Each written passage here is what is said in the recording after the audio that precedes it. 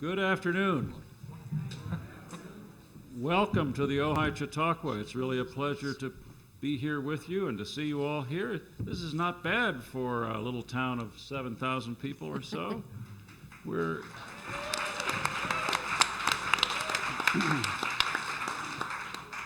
So I just want to say a couple of words about this project, how it got started, what we're trying to do, and then I'll turn it over to our moderator, Dan Schnur. So this project came about out of a shared frustration of a small group of Ojai citizens. And the frustration that we had was, how do you get good information about important and controversial topics? It's easy to get the extremes from one end to the other, but it's not easy to get really good information that you can understand with your own mind and form your own opinion about. And we thought a way of addressing that would be to pick a topic, invite people who are expert from various parts of the country and from various perspectives and points of view about it, and have them get together and discuss the issue in the form of a dialogue. Not a debate where there's a winner and a loser, but a dialogue where the underlying issues become more clear, and you, the audience, are the winner, in that you understand better at the end of the discussion than you did before. So we're explicitly not about political action. We're not trying to get you to vote one way or the other or to think about any particular issue one way or the other. We're simply trying to give you the best information that we can about a topic that we think is important and that is certainly controversial. There are note cards on your seats, and there are pens. If you have questions, please write them on those cards, pass them to the aisle, and somewhere around 5:45 or so, somebody will come along and pick them up, and they'll get up to Dan, and they'll work their way into the conversation. Our moderator tonight is Dan Schnur. Many of you remember him from last year when he moderated a panel on income inequality. Dan is the director of the Jesse Unruh Institute for Politics at USC. We're just delighted that you're here with us. Dan, welcome, and please welcome.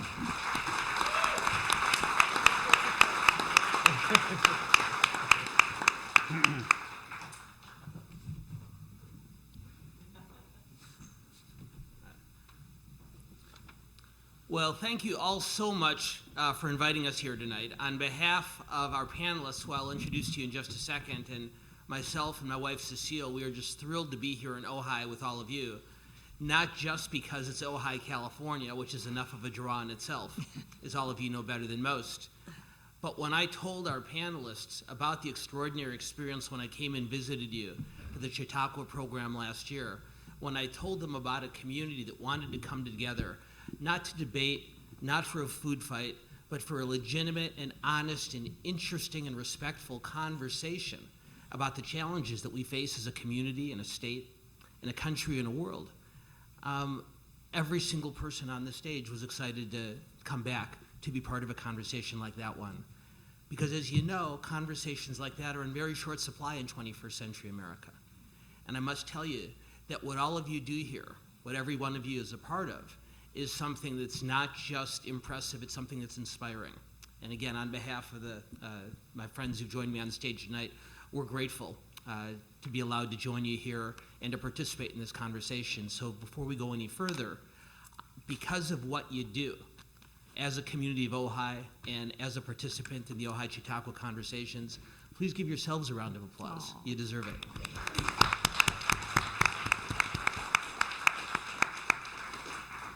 Speaking of congratulations, I also understand, if I'm not mistaken, that there are representatives from not just one, not just two, but no fewer than 5 area high schools here tonight. Is that correct? Wow. Are there representatives from Oak Grove here tonight? Yep. Great. I'll take that as a yes. Are there representatives from Villanova here tonight? No, apparently not. They'll be here later. Okay. How about Nordhoff? Is Nordhoff here? They sure are. How about Besson Hill? Is Besson Hill here tonight? They're coming also a little bit later. And Oaks Christian School. Do we have Oaks Christian School tonight? Football team. Yeah. So a special welcome and a special thank you and a special good for you for the 3 high schools who are here on time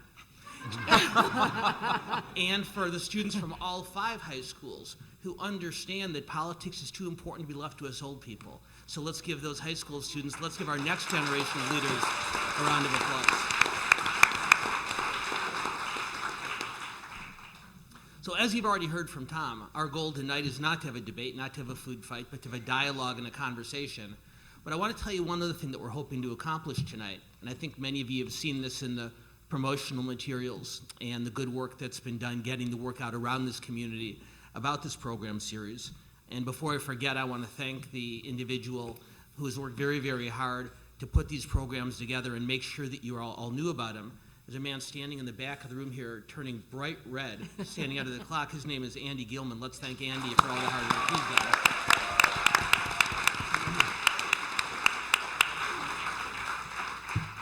And let's also take a moment to thank both Tom and his wife, Catherine, Tom and Catherine Krause. To thank Esther and Tom Wachtel. And the entire Ojai Chautauqua committee for being so instrumental in bringing these programs together. We're very, very grateful to all of you. Thank you very much.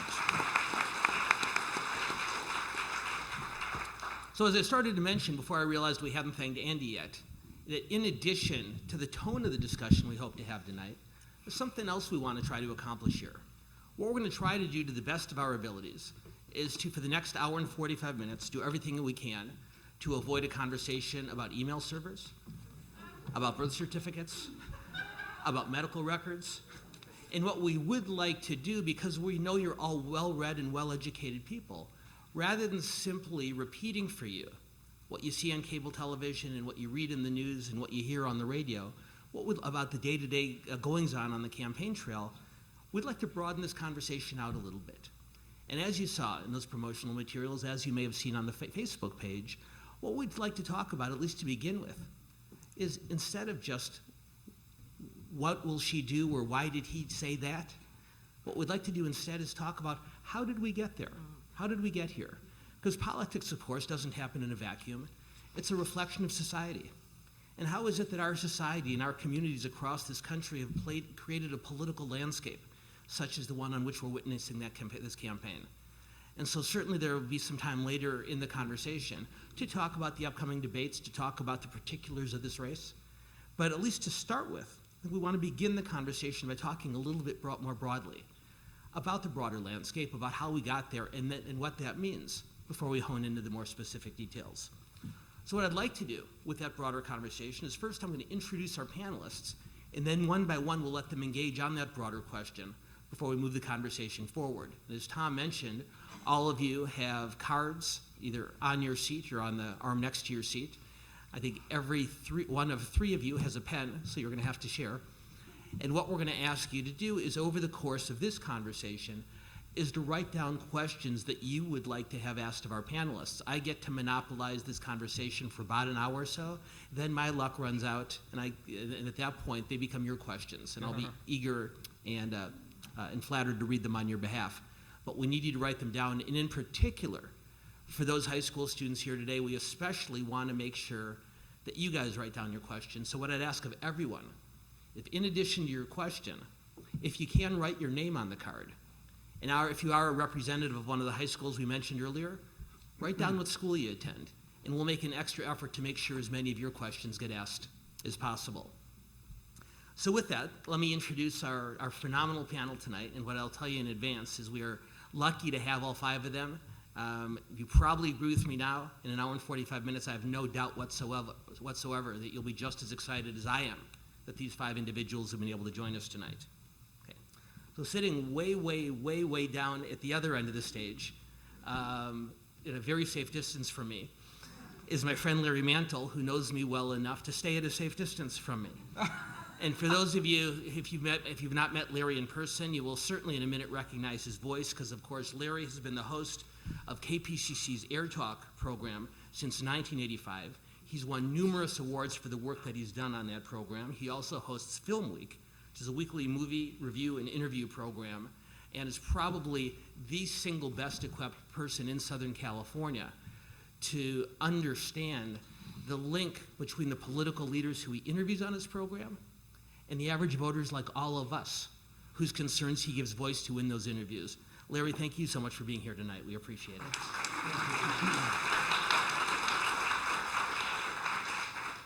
Sitting next to Larry is Bill Schneider. And if you have not met Bill, I know you have heard him and I know you have seen him, because Bill, although he is currently a visiting professor at the University of California at Los Angeles and a professor of policy, government, and international affairs at George Mason University, it is much more than likely that you know him from his role as CNN's senior political analyst for almost 30 years. Between 1990 and 2009, he still continues to serve as a regular contributor to CNN, to the Huffington Post, to Reuters, and any number of other media outlets. And we are very, very excited to have Bill Schneider with us here tonight. Bill, thank you for joining us.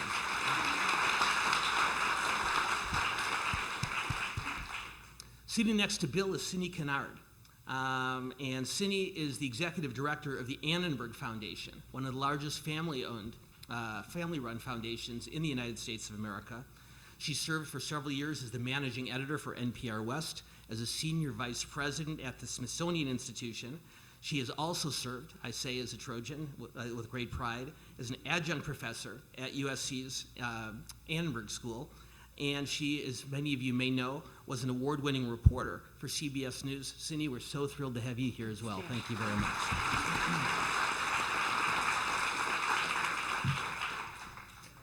Sitting next to Cindy is Steve Lopez, who you may not have met and whose voice you may not have heard, but whose work I'm almost certain that you recognize. Because Steve, we are very fortunate to have as Southern Californians. Steve, of course, is an award-winning columnist for the Los Angeles Times. He's the author of 3 novels, 2 collections of columns, and the acclaimed nonfiction bestseller, The Soloist. He is an adjunct professor at Cal State Los Angeles and may do a better job of giving voice to the people of our communities and our state than anyone else in California or anywhere else in this country. Steve, we're very happy to have you here with us tonight. Thank you so much.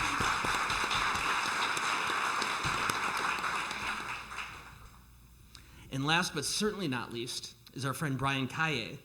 And Brian is the opinion editor for the Southern California News Group, which includes the Los Angeles Daily News, the Orange County Register, and 9 other daily newspapers throughout Southern California. He's a presidential fellow at Chapman University. He's a visiting professor at Pepperdine University. He's a fellow at the Unruh Institute of Politics at the University of Southern California. So if you are keeping track, we have 3 Trojans, 1 Bruin, and 1 Cal State LA representative here. Fight on. And Brian, like the other panelists, we know what a tremendous addition you'll be to tonight's discussion. Thank you so much for being here with us too, as well.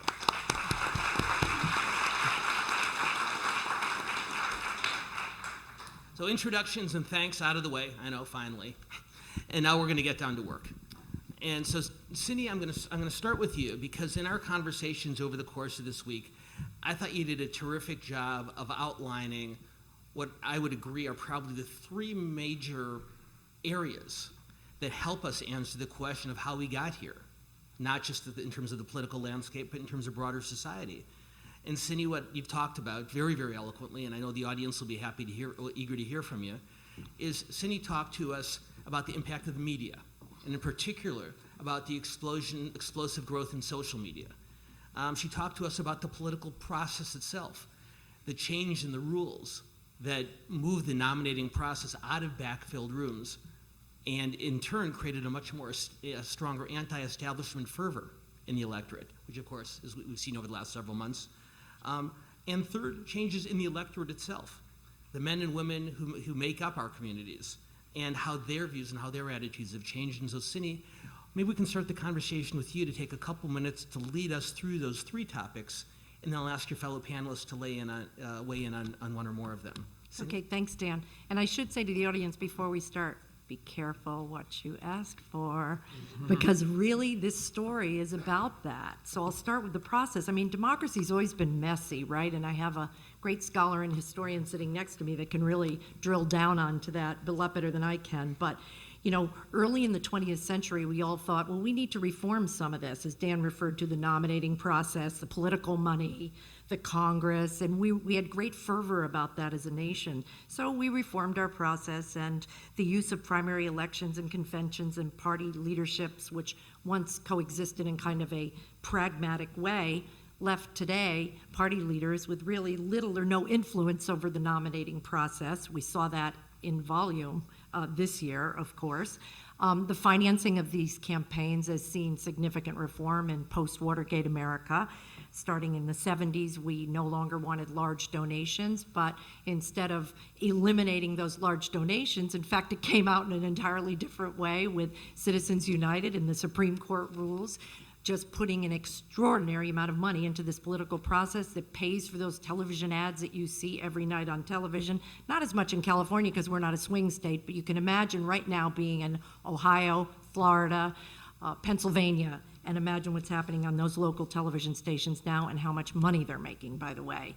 And then we reformed the way Congress operates. It's no longer done in a smoke-filled room. I remember covering the fall of the Speaker of the House, Jim Wright, in the era of what he called mindless cannibalism, and I couldn't get information to save my life. If that happened today to Paul Ryan, or if it had happened to John Boehner, I would argue that it might be broadcast live in your living room, and that did not happen before. So we reformed the way Congress operates. It's a whole different structure in Washington than we've ever seen before. And then the electorate, as Dan referred to, you know, there's nothing new about political insurgencies in the United States. They've been happening for years, since the time of Andrew Jackson, of course, but it hasn't happened in a long time, but boy, it sure is happening now.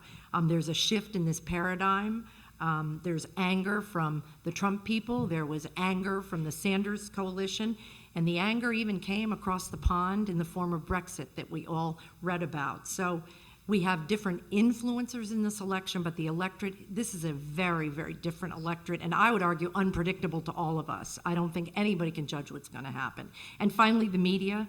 I have to tell you, you know, once a journalist, always a journalist. And so I can't say I'm a former journalist, but I've got to tell you, I don't even know how I'd exist in what we're living in today with this extraordinary explosion in just one decade of social media. You know, it used to be there were kind of this domain of the insular elite, and you couldn't find information, and you had to develop sources, and you had to really hope that, you know, you could run across a convention floor and somebody might give you a tip. And if you were a beat reporter, that was good because you could develop sources. But you know what? It just doesn't work that way anymore. And we saw it just last weekend.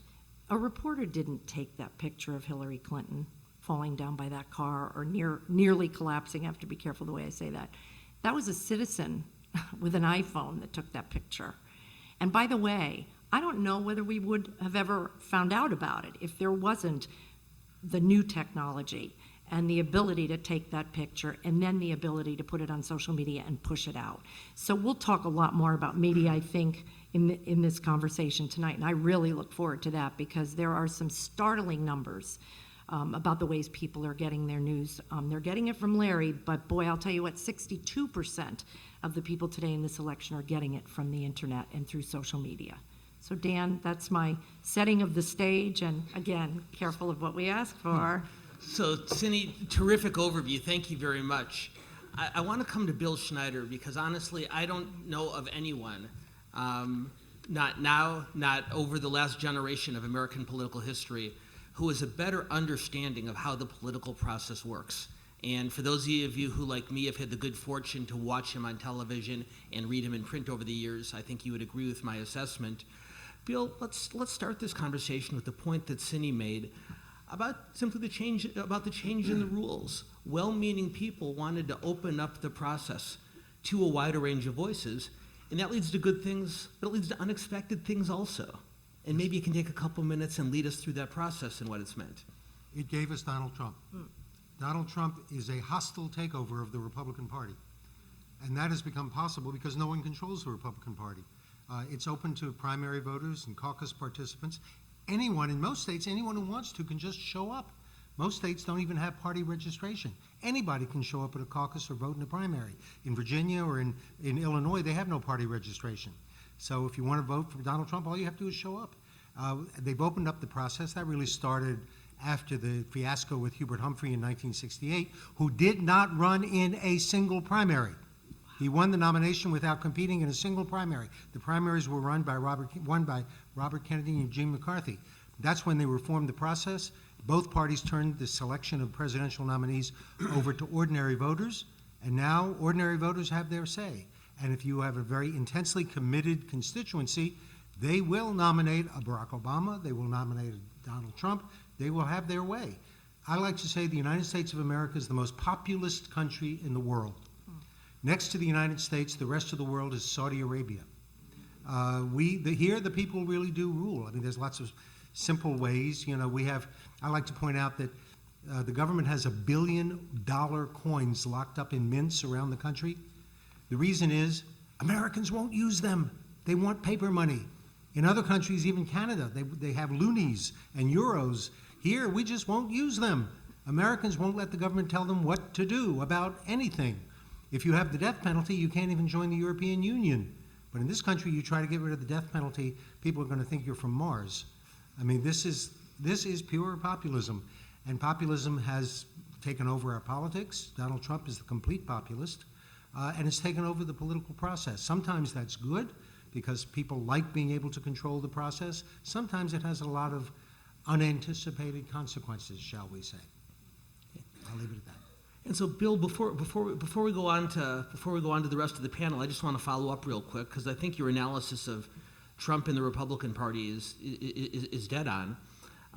But it seems to me that although Secretary Clinton did manage to survive her primary campaign, it was by a much narrower than expected margin against a very unexpected candidate who's fueled by a lot of the same populist forces. Can you talk to how the Democratic Party has been impacted by these changes? Well, both parties, you have a huge, first of all, one of the key components of populism is resentment of establishments, resentment of elites. Americans always resent elites. Look at television. Television shows always portray business people and wealthy people and hospital administrators as evil or corrupt or even worse. Well, Hillary Clinton is a charter member of the political establishment. This is a very anti-establishment year. Populism always means anti-establishment voting. And in the Democratic primaries, to everyone's surprise, even though she was supposed to coast to the nomination, she ran into a lot of trouble. She was calculation, Bernie Sanders was conviction, and people responded to that. She had a pretty tough time winning that nomination because of the anti-establishment vote, which you found really in both parties. It ended up with Sanders in the Democratic Party. It ended up with Trump in the Republican Party. Anti-establishment sentiment is always a powerful force in American politics. It gave us Jimmy Carter. It gave us Barack Obama. It gave us Bill Clinton because he was unknown. The only thing that's new this year is that we have reversed the usual rule in politics. Historically, the rule in politics is Democrats fall in love, Republicans fall in line. Democrats usually discover some figure that they instantly fall in love with. They sweeps them off their feet. It was Jimmy Carter. It was Bill Clinton. It was Barack Obama. And nobody's ever heard of these people before, and then they elect them. Republicans typically nominate someone who's run before, a very familiar figure. John McCain had run before. Ronald Reagan had run before. George H.W. Bush had run before. His son had not run before, but his name was Bush. Mitt Romney had run before. This time that rule is reversed. Instead of nominating the person next in line, which was supposed to be, I guess, Jeb Bush or someone, I don't know who it could have been, but obviously people were expecting Jeb Bush to win the nomination. They just threw over the rules and said we're going to nominate someone different, and Trump was allowed to take over the Republican Party, and Hillary Clinton was very much the insider establishment favorite. So this is a reversal of the usual process in our politics. Bill, thanks very much, and we'll return to the campaign trail itself in a minute or two. But as I mentioned at the outset, I think it is worth spending a little bit of time talking about the broader landscape. And I don't think anybody has a better understanding of that broader landscape than Steve Lopez, because what he does every day, every week, every year for the LA Times is he roams that landscape. And he talks to us, and he talks to people in our communities, and he talks to people who otherwise we would never hear from. And so, Steve, I'm wondering if you can weigh in here, not from the vantage point of the campaign trail, but from the rest of the world. Bill Schneider talks about how populist the process has become, how the people now have a greater voice. What are the people doing with that voice? I do try my hardest to stay off the campaign trail. I've been on the trail before, and I prefer covering politics by knocking on doors, by visiting people. What's the impact of all of this? And it didn't just happen in the last year. This has been happening. But I have the privilege of communicating with thousands of people on a regular basis. I don't know many of them, but they email me, they tweet me, they call, they send letters. I still get handwritten letters. And so it's a neat way to kind of take the pulse of what's on people's minds. And there is to no one's surprise, a great deal of anger, a great deal of resentment, of distrust in the whole political process. And you could, as you look back at months and months and months of angry comments, you could see the beginning of the revolution, and I think that we're in the midst of it right now. This campaign is something of a revolution. So what is it that people are upset about? The economy is a big piece of it. A lot of people think they ought to be doing better. There was so much talk for months about stagnant wages, and that was very real. The numbers lately suggest that they're picking up a bit, but people want to know why their lives are not improving. They want to know why there is such a growing gap between the extremely wealthy and those on the bottom rungs, and they want to believe that there are answers, and not just answers, but villains. And so my mail got angrier. It got much more pointed. People, I think this is where we're going to be talking about media. I think social media has many terrific, terrific benefits, and it's helped democratize political discourse. But it's also created a number of echo chambers where if people have an instinct about something's not right and this is why it is, they can find a place on the internet or through social media to tell them, yes, that's exactly it. So what frustrates me is that I certainly, having visited so many people and having spent all of last year working on what income inequality looks like in Los Angeles, there's good reason people are pissed off. I would one day go and write about a guy who's a shoe shine guy in Echo Park who works out of a van because he couldn't afford an office. And I said, well, but where do you live? And he pointed down the street and he said, I live in that van. So this van is my shoe shine parlor, that van is my home. And a few days later, I'm touring Beverly Hills with a high-end real estate agent who points out a house that somebody has just bought for $30 million to tear it down because they didn't like the kitchen. And this is a reality in Los Angeles. We have such extremes. It's a great place to be a columnist because you get a little bit of everything. But I think those inequities, I think stagnant wages really fueled a lot of anger, and that's what I get from readers. Why are our wages not going up? Why did we lose pensions? Why is my 401k tanking? And all of that is understandable. What's a little disturbing is when they start to point fingers or to believe that somebody who has a simple answer to a complicated problem is the hero and the one who's going to walk us all out of this mess. So people are angry, they're frustrated. They want to believe that there's a candidate here who can answer their needs, and I fear that neither Hillary Clinton nor Donald Trump is going to be able to do a heck of a lot. That last sentence leads to 11 or 12 follow-up questions, which I'm going to put on hold for just a second, because I want to bring Larry Mantle into this conversation. Larry, you talk to these people and you hear from them. And as a regular listener of your show, I get to hear them too.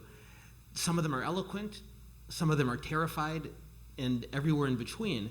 And what strikes me most about Steve's comments is he talks about how frightened people look to point fingers and they look to villains. And one of the things I know you've spent a lot of time thinking about and talking about is how much more polarized both not only your listenership but the electorate has become.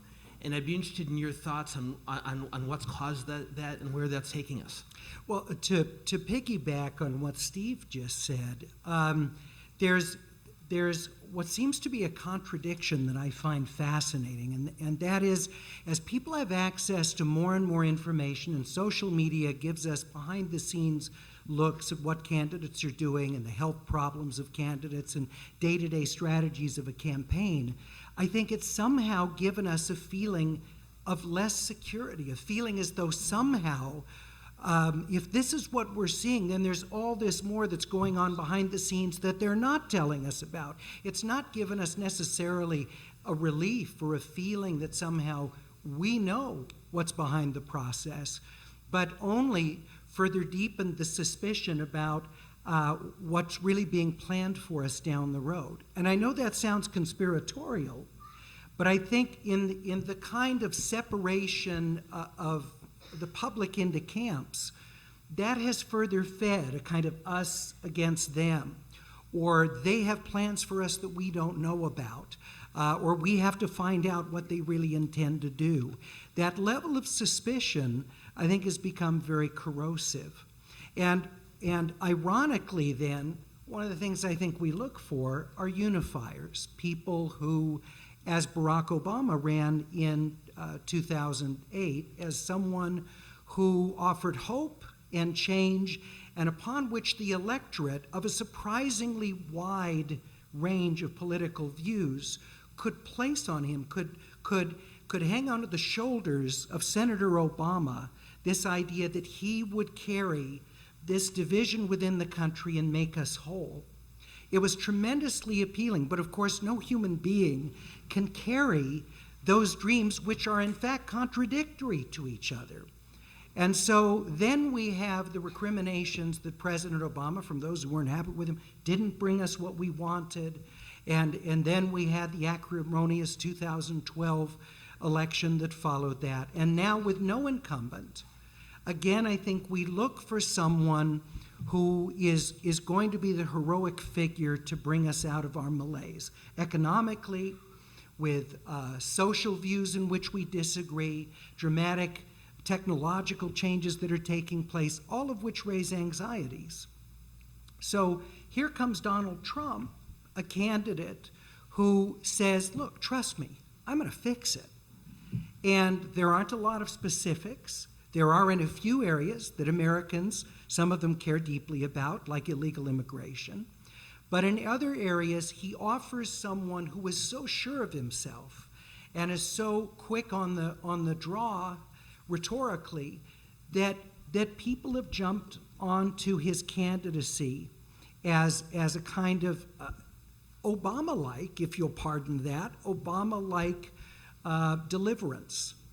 Now, that despite the fact the two men politically and personality-wise are about as different as you can find.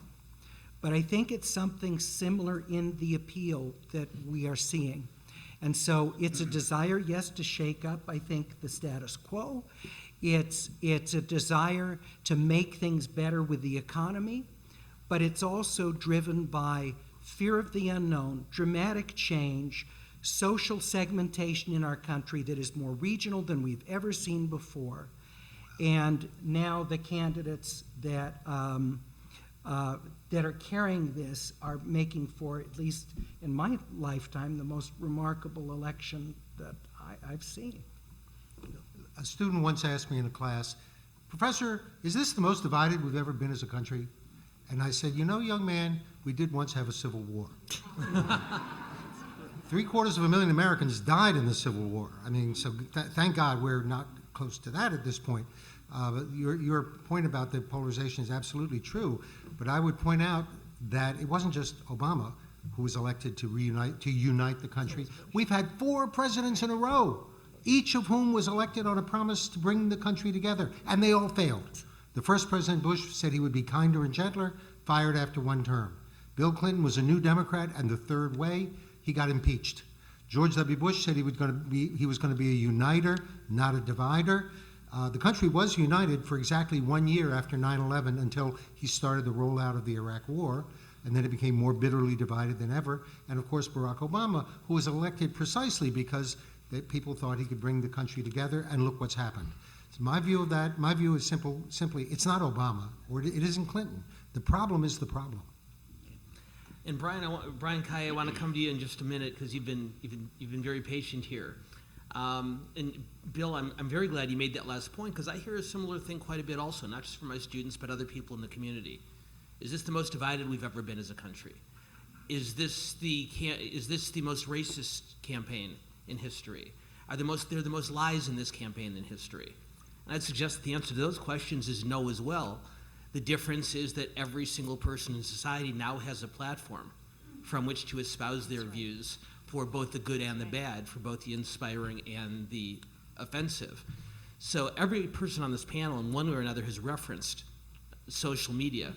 But among the many, many attributes that Brian brings to this discussion is that with the exception of Cinny, he's the only millennial on this panel. Thank you. So while the rest of That was us, the best thing. You're right, Dan. Yes. And I'm Snapchatting while you're talking. So go ahead.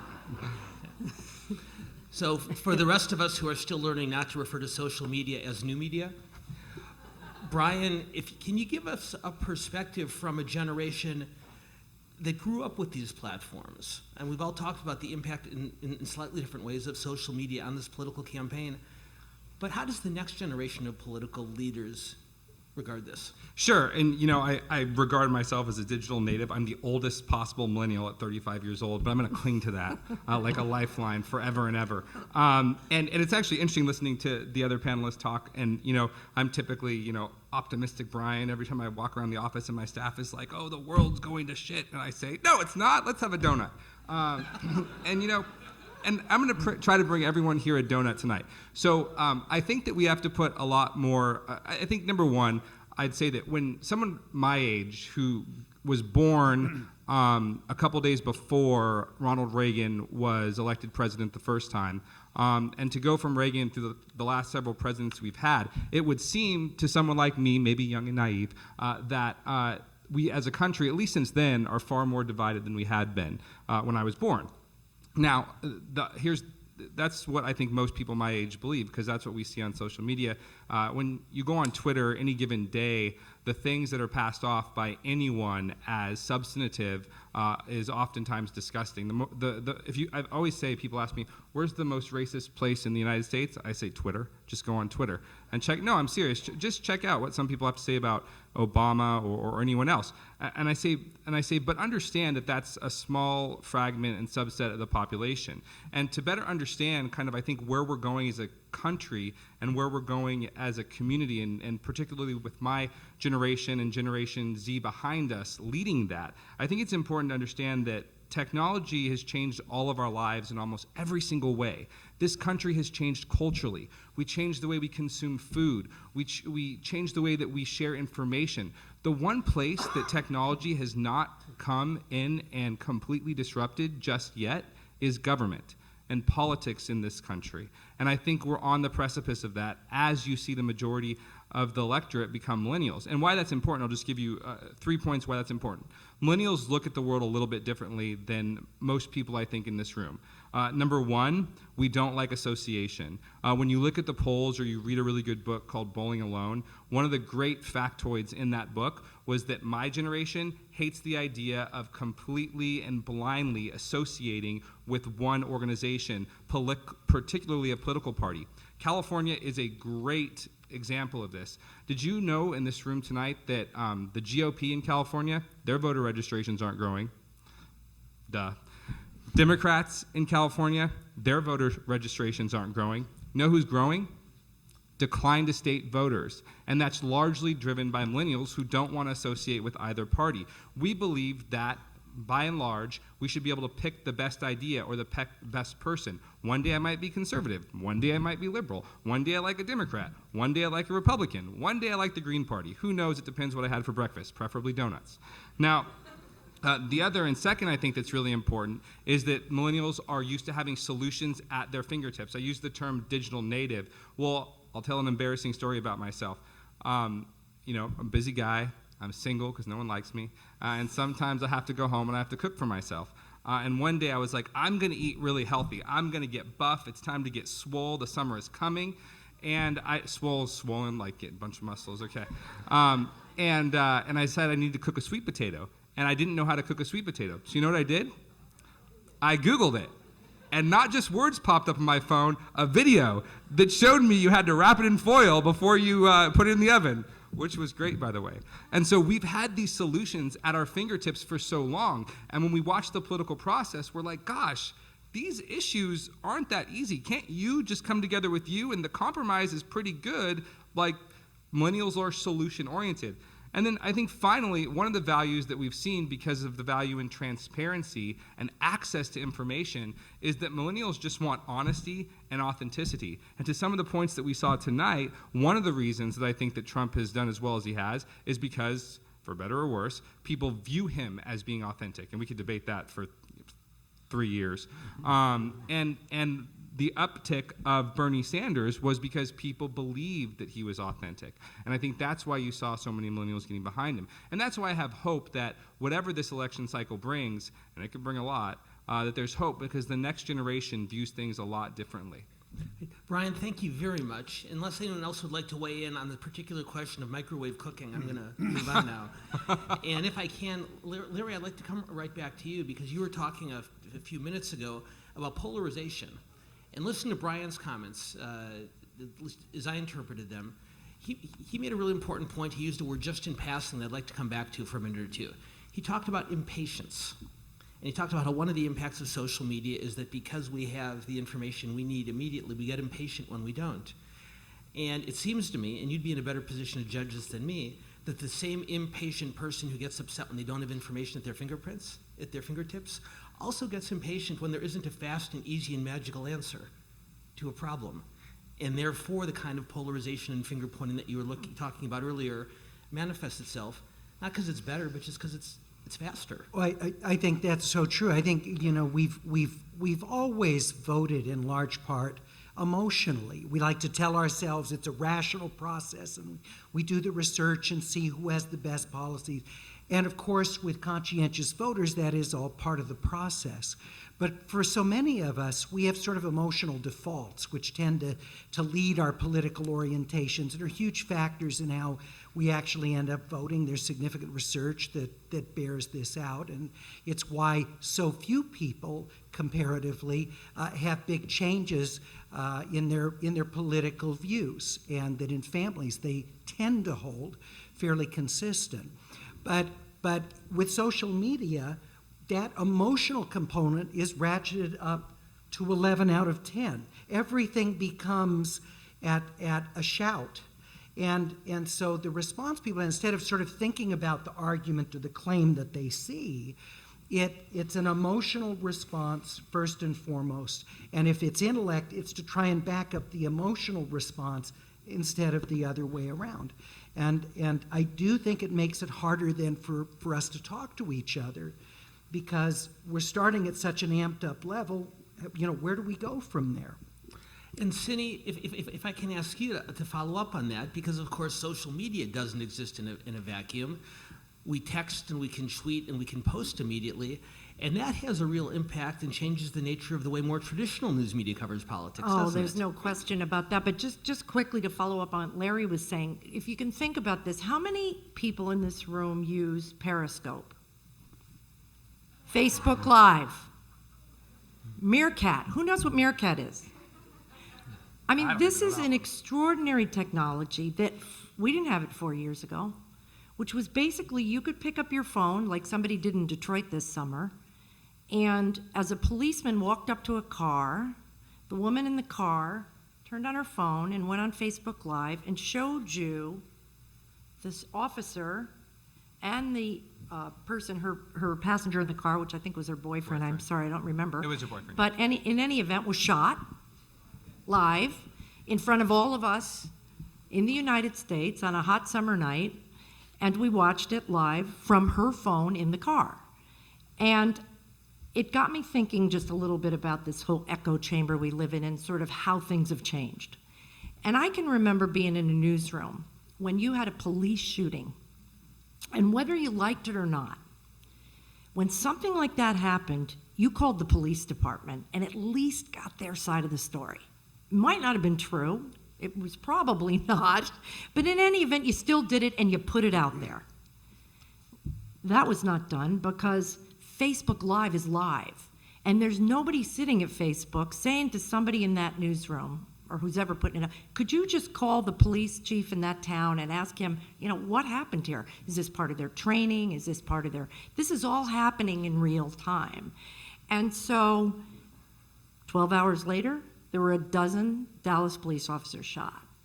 I'm not saying it was part and parcel of this, but the same thing's happening on the political campaign, whether it's the 47% remark that Romney makes and Mother Jones gets a hold of and it goes back. It's all happening live in front of us with absolutely no gate.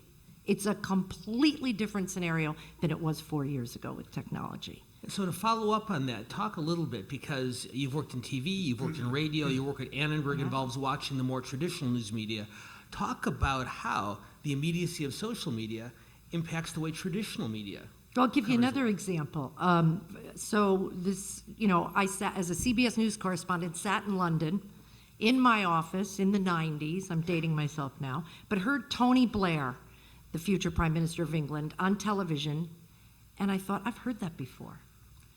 And I said, I've heard that somewhere in America. And anyway, to make a long story short, I did a lot of research, and I went and looked for Bill Clinton's old speeches, both on text but also on video. And it took me 4 months, but I finally had this extraordinary story to put on the CBS Evening News that night. Tony Blair was copying Bill Clinton, verbatim. Well, fast forward to this summer. It took me 4 months. Melania Trump gets up and gives a speech, and within, 10 minutes her speech ends? 5 minutes? Some reporter, who I think Bill reminded me was sitting in a restaurant in Los Angeles, said... Out of work reporter. Out of work reporter. Yeah, he'd been fired, probably by the LA Times, Steve. Let's be real. Grabs his telephone, and he tweets that he's heard this speech before, and it was Michelle Obama's speech. And anyway, but it was retweeted 4,000 times within about 3 minutes. And then he tweeted again, and it was retweeted 25,000 times. It didn't take 4 months to do that story. So the point is I think, how did we get here? It's through this technology which, by the way, I think it's phenomenal. And I think in some ways it's made the profession a much better profession. It's exciting, things are transparent, you're able to ask questions, you're able to have access. So I don't want to be a downer about this. I think it's pretty spectacular. It's just that there's a lot of things that are missing, like gates about information, how to get another side of a story. That's getting lost in all this somehow. So I think that really is really reflective in this campaign that we're seeing now. Right. I just want to say also, to answer the broader question of how we got here, I think it's really important to talk about the politicians, and particularly the money in politics. And so I worked in Washington, D.C. right before 9/11, and I decided to come home because I didn't want to lose my soul. And so I came home, and one of the things I remembered back in 2000 and 2001 was that there was some bipartisanship, there was some collegiality with the members, and then I hearkened back to my history books, or actually Google, and I do research on Ronald Reagan, who had a rule that he would never sign a bill unless there was a Democratic co-sponsor or Democratic involvement in it.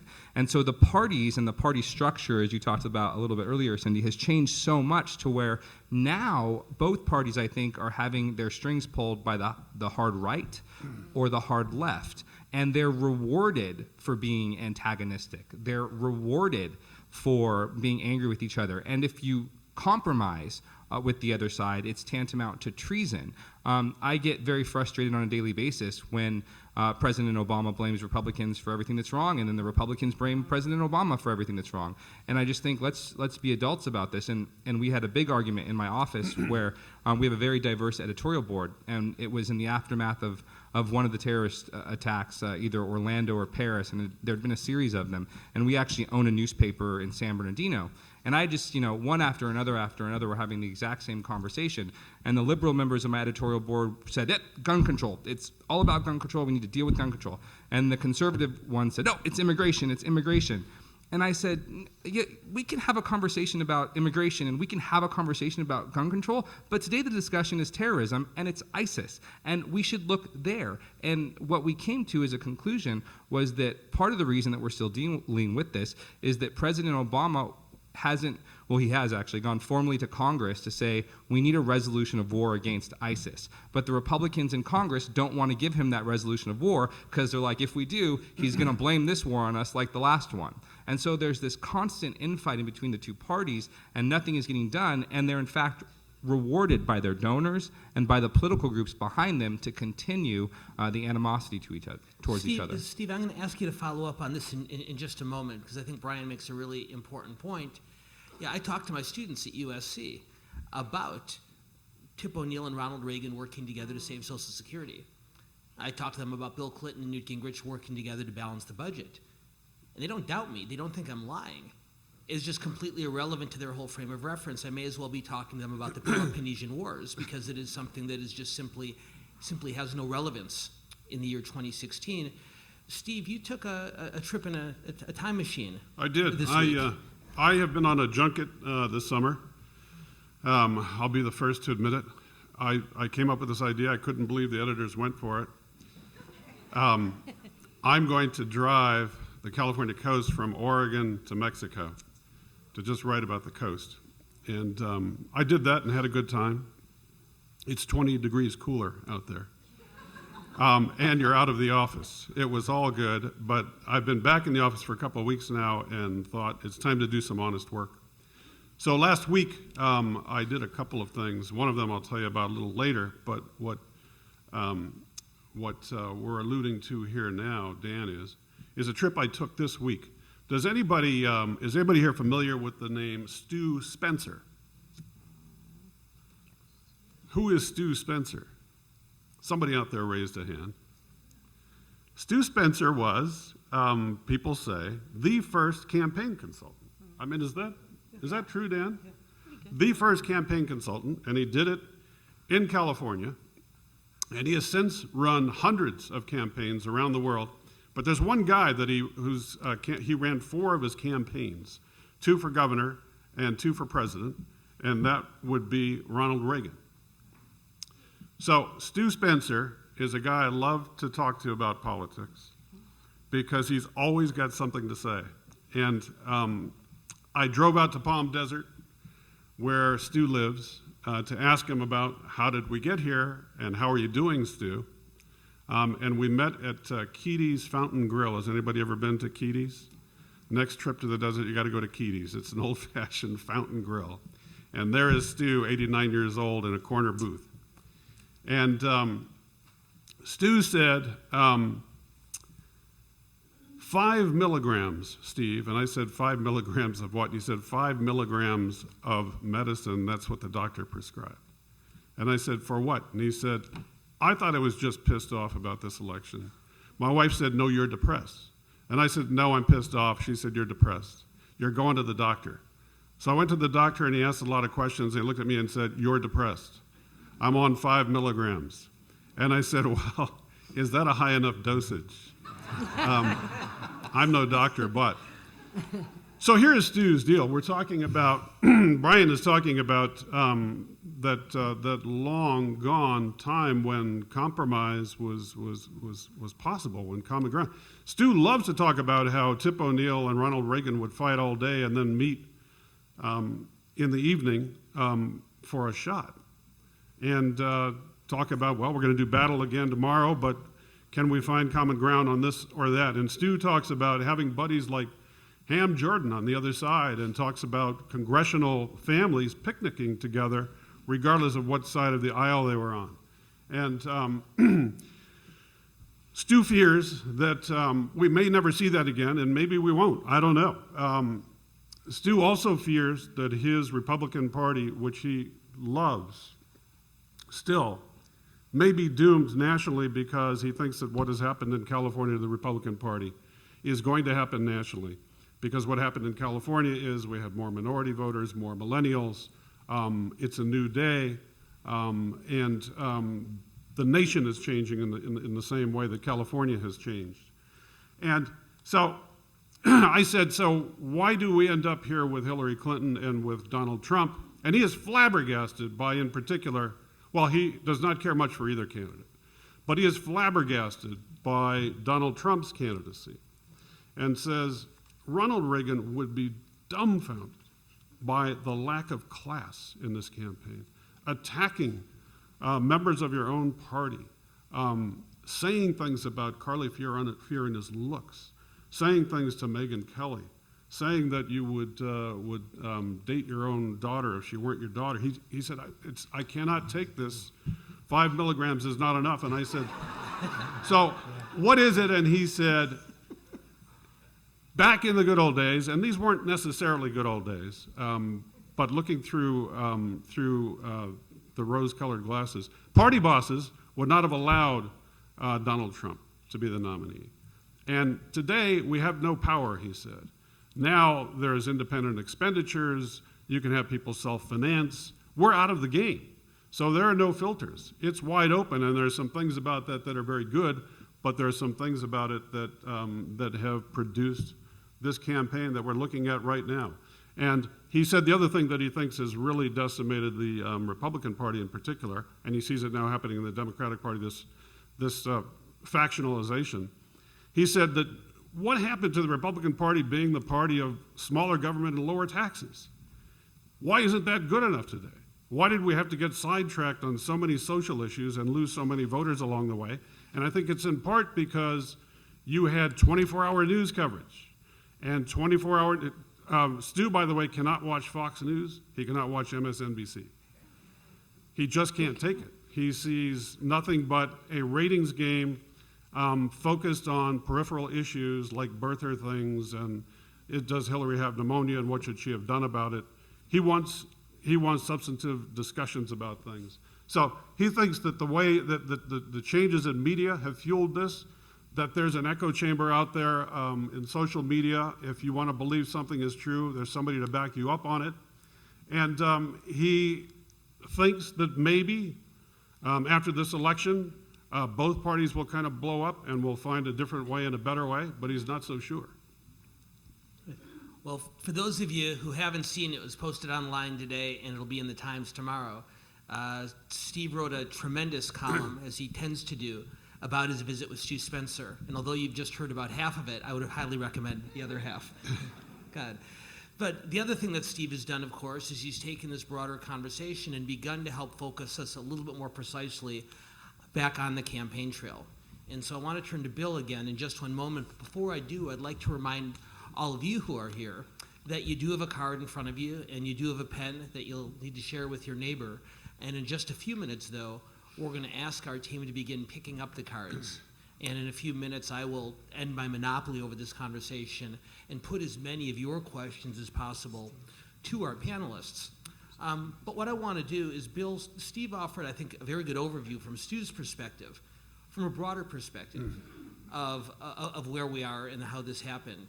You've mentioned that the question you get asked, the two questions you get asked more frequently than any others, is how did Donald Trump do this? And of course, the flip side of that is how did Hillary Clinton do this? And then second, why is this race so close? Mm-hmm. So let's start with the first set. How did Donald Trump emerge from a field of 17 Republican candidates, almost all of whom have a much greater level of more traditional political experience? How did he emerge as not only the nominee, but as someone involved in a very close race for the presidency? Donald Trump is the leader of a resistance movement. It's a resistance movement against really the Democratic Party and the leadership of the Republican Party, against what's happened in the country, the economic changes, and the social changes. He speaks for sizable constituency. He didn't win with the majority votes, but he won with the plurality because there was, 17 candidates. He won with the plurality of the votes because he had a following, which is they echo Donald Trump in one respect. Donald Trump's characteristic defining point of view, his defining attitude is defiance. He is defiant. That is what defines Donald Trump. It's his characteristic view. And that is the same of his followers, many of whom are, as Steve said, hurting economically. They don't understand why this is happening. Immigration, trade, whatever. Their jobs are disappearing. They're seeing their wages go down. And equally important, they have lost their control of the culture.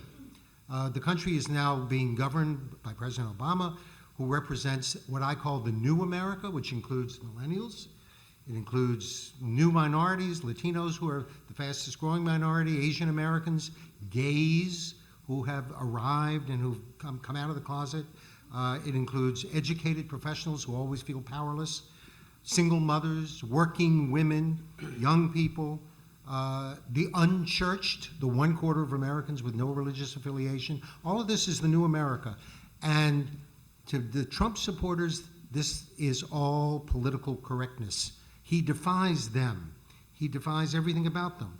Trump defies conventional wisdom. He defies the party leadership of the Republican Party. He defies conservative ideology. He defies the press. He defies common decency. He defies the truth. He defies the Pope. Who defies the Pope? This attitude of defiance has found an echo chamber. There is a following for that, and they have, in fact, taken over the Republican Party. Is he likely to win? I don't think so, because of one simple fact.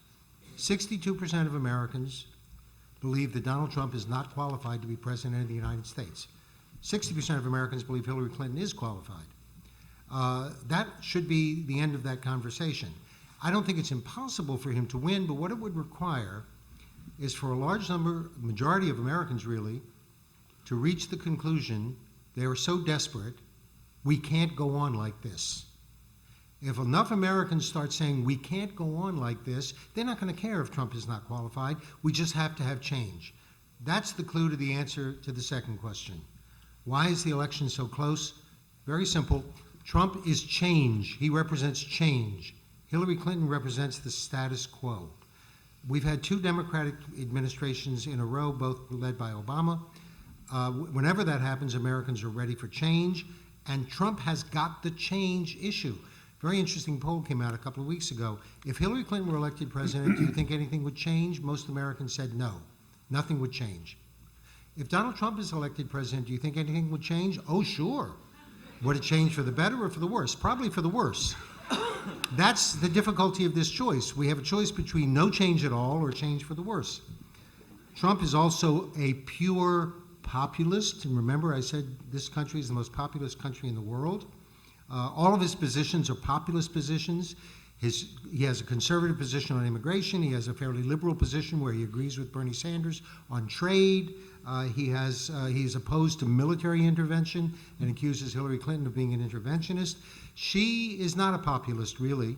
She represents the educated elite, just like President Obama. Not the wealthy elite, the educated elite. These are 2 elites that are at war with each other. Mitt Romney was the prince of wealth. Barack Obama was the prince of education. The wealthier you are in this country, the more likely you are to vote Republican. The better educated you are, the more likely you are to vote Democratic. A student once said, well, what if you're wealthy and well-educated, as a lot of people are? I said, sociologists call those people cross-pressured. They're pulled in different directions. If they vote their economic interests, those are conservative. They'll vote Republican, like Mitt Romney. If they vote their liberal social values, they'll vote Democratic, like Barack Obama. The elites are at war with each other, and she represents the educated elite, which is why Trump is constantly portraying her as an elitist and a snob and and out of touch with ordinary people, especially when she refers to his supporters as deplorables. Finally, Trump is not a politician. That's very important. Americans don't like politicians. He's a businessman. And people believe that politics is the enemy of problem solving, and that a business person can put politics aside. That was Ross Perot's appeal in 1992. Politics, voters believe, is the enemy of problem solving. Why can't we deal with climate change? Why can't we reduce the national debt? Because politics gets in the way. Well, Hillary Clinton is the complete politician to many voters. She lives by calculation. Bernie Sanders appealed to people as a candidate of conviction. And finally, one other thing to relate to the millennials that we've been talking a lot about. Hillary Clinton's biggest problem right now, and one reason the election is so close, is that she has very little appeal to young voters. They went about 80% for Bernie Sanders. She is a politician. They don't like politicians. Young voters right now, an astonishing number of them are voting for third-party candidates or say they won't choose between Trump and Clinton. So what's happening is the Clinton campaign is trying to bring out Al Gore to talk to the young voters. I don't know what he has to say to young voters, but there it is. To warn them, you want to know what happens when you vote for a third-party candidate? Look what happened to me. I lost the presidency. He got 540,000 more votes than George W. Bush, but he got him here in Los Angeles. Well, not here, but he got him in Los Angeles and New York where he didn't need them. So they're trying to bring him out to warn young voters, if you vote for a third-party candidate, a very terrible thing could happen as a result. Look what happened to me. Okay. Larry. I wanted to ask you a quick question, Bill, because your analysis about the likely result seems very sound to me. But one of the things I've been wondering is whether there is the potential here for, I guess, close as you call it, like a Tom Bradley effect, where voters aren't telling pollsters the truth about who they'd vote for.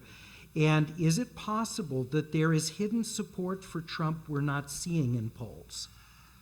Well, we can't answer that question, of course. And I'm not making it, I said it's not likely people will elect Trump. I think it would take something. Look, if we have another sensational terrorist attack, as we almost had today in New Jersey, if you saw the news, a bomb went off on a race in New Jersey. Nobody was hurt, thank God. But a sensational terrorist attack, then you can hear people start to say, we can't go on like this. But is there a hidden Trump vote? I don't think so. I think it's more likely that if the polls start to show that Trump is a likely winner in this race, right now it's become very close, if it shows that Trump is a likely winner, you're going to see an awful lot of independents, young people, people who don't like Hillary Clinton say, I don't care if I have to vote for Hillary Clinton, we just can't have Donald Trump become president. And that could happen if the polls show that he's likely to be the winner. Larry, I'm going to take moderator's prerogative for just a moment. One of the things I get to do at USC is I have the great enjoyment of serving as the director of the USC Dorn Seif LA Times political survey. And one of the things that we've worked on over the years, to your point, is the question of so-called social desirability. And there's ample research that's been done that show that when people get phone calls from someone taking a poll, even though they will never meet that person, they want to tell that person what they think that person wants to hear. And the classic example of that, as Larry referenced, is back in 1982, it was widely expected that Tom Bradley would become the governor of California. And in fact, it turned out that there were a lot of people who told pollsters that they were going to vote for an African American, even though they had no intention of doing so, because of the so-called social desirability impact. Happily, when it comes to racial and ethnic criteria like this, the social desirability impact is not gone, but it's greatly diminished. And in fact, in Barack Obama's campaigns in 2008 and 2012, it was roughly about a 1 percentage point skew. But we see it on other issues as well. And what's been found is that there's much less of a social desirability effect on online polling. If somebody calls me on the phone who I'm never going to meet, I still want to impress him for some reason. But when I'm filling out a survey online, I don't. And there does not appear to be a significant discrepancy between online and traditional phone polling. So like Bill, I'd be hesitant to make any predictions. But at least right now, I think the question is not that voters are hiding their opinion. The question is how motivated they are to turn out. And I want to come to that question in just a moment. But before I do, I think Bill gave a very excellent analysis of how Donald Trump ended up as the Republican Party nominee. But while to some degree it was much more predictable, Brian, I'm wondering if you could give a similar analysis of Hillary Clinton's path to the Democratic nomination. Oh, wow, that's a lot of work. I'm gonna go, can I take panelist prerogative for a second, Dan? Okay, good. I wanna go back because I actually have a differing view of Donald Trump. So and I'm going to say this first, which I think that with the polling question, if you look at Brexit, I think Brexit is a perfect example. Just this year of people saying they're going to vote one way and then voting overwhelmingly the other way, because to Dan's point about social desirability and being viewed negatively by the pollsters. So I'm going to say something that might be controversial, but I don't care. So I'm going to say that I think Donald Trump is going to win this election, and I'm going to say it, but I want to say something after that. I don't want Donald Trump to win the election. I don't want Hillary Clinton to win the election. In fact, I've said if somebody wins the election, I'm going to move. But just to give you some context for that is, so I don't look it at all, but my last name is Calle, which is street in Spanish. I'm part Latino. I grew up in a pretty poor Latino area. As I always tell Dan, I'm Latino from the waist down. But get your mind out of the gutter. That's because my hips move real well. I dance real well. And so for me, it would be very difficult to cast a vote for Donald Trump. Couple that with the fact that my most significant relationship of 2.5 years is with a Muslim.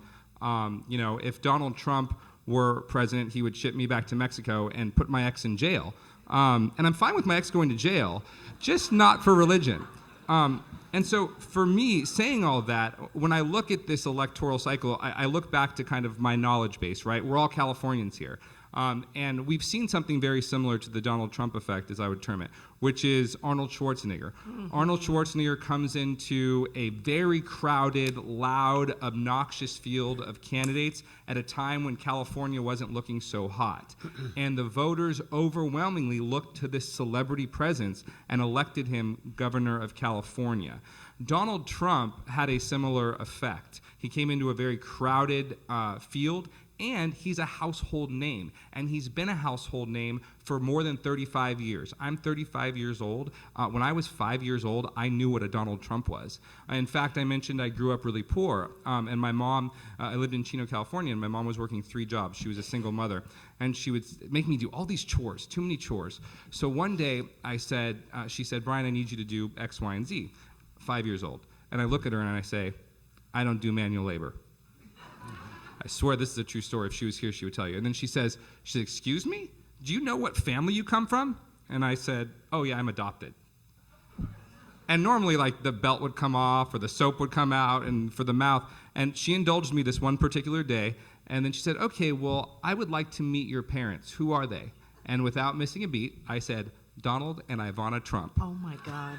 This was 30 years ago. You can't buy that type of name recognition and trust, because what we forget in American culture today is the celebritization of society is that we trust and believe we know these celebrities. And he's translated that authenticity, that knowledge of him as a person from the celebrity status to the campaign trail. And I think that's very powerful and also potentially very dangerous. Thank you, Brian. Thank you very much. Cindy, I want to come to you because speaking of household names, of course, the other major party nominee is a household name as well. And Hillary Clinton has been on the national stage for about a quarter of a century now. There's a terrific book I'd recommend to all of you about the 2008 election. It's called Notes from the Cracked Ceiling by Ann Kornbluth. And the first third of the book is an examination of Hillary Clinton's campaign for president that year.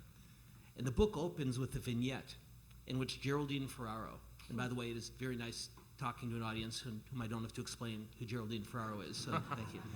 So Geraldine Ferraro is talking to her adult daughter in the spring of 2008, and she, the daughter, has just explained to Ferraro that the daughter, is going to vote for Barack Obama in the Democratic primary instead of Hillary Clinton. And Mrs. Ferraro's response is, and I'm paraphrasing, "Are you effing kidding me?" And what the author leads into is an examination of the tremendous gender disparity in terms of support among female voters for then Senator, now Secretary Clinton, both against Senator Obama, now against Senator Sanders. When I talk to my female students about this, there are certainly ideological and policy differences. But what I hear more frequently than anything is she really doesn't feel like a breakthrough. It's stunning. It is absolutely stunning for somebody of my generation to watch what has happened to her. And it is really what is happening to her. I mentioned earlier, I think, or if I didn't, I'll say it for the first time, I covered the race down in Texas with Ann Richards when she ran against Clayton Williams. And I used to think I was going to write a lot about that period of my life as a journalist because I thought this was going to be exactly the same thing. But there's an incredible, distinct difference between Ann Richards and Hillary Clinton. Ann Richards was a likable female that could play with the boys and that could play with the girls and make you laugh and had a sense of humor. And she was just lots and lots of fun to be around. And it came through on the radio and it came through on the television. And you all remember her at the convention saying, "Poor George. He was born with that spoon in his mouth." And she was lots of fun. And you wanted to be around her. And I was the only female, by the way, lead political reporter on that campaign. And I actually was the one that asked her the noted drug question, which was whether she had used drugs before, which was a big explosion down in Texas, by the way. But in any event, the point is, Dan, I think, as Barack Obama so beautifully said it, Hillary Clinton has likability problems. She has them with men, but she also has them with women. The unfortunate part of all this for women, I think, is that, you know, when you poll women that are in elective office now and put them up with a national security question, Hillary Clinton is probably the only elected official that we can look at right now in the category of somebody that people believe could handle the national security question. I don't know whether we'll see that for a very long time again. And so I don't know that this moment isn't going to pass us by, and there might be another right around the corner. Who knows? Who would have known what happened here? But I think that the way the campaigns run has not been effective. I think the way that she's unable to communicate is a very, very big problem in the area, in the time of social media and television and radio. She's just not a great communicator either.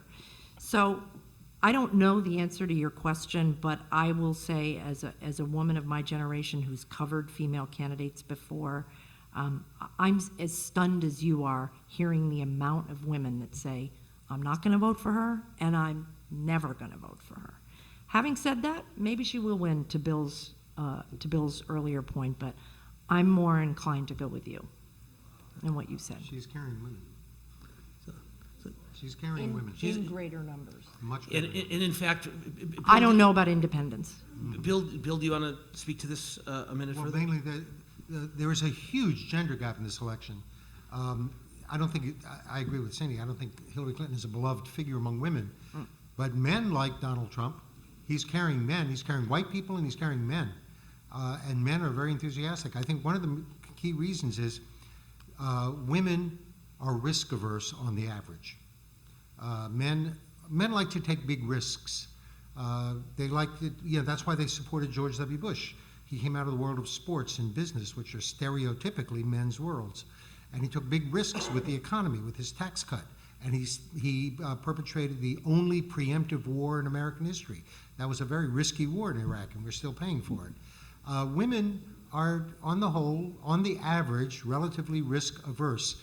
I can prove that with my favorite statistic. I checked it this morning to make sure I was right.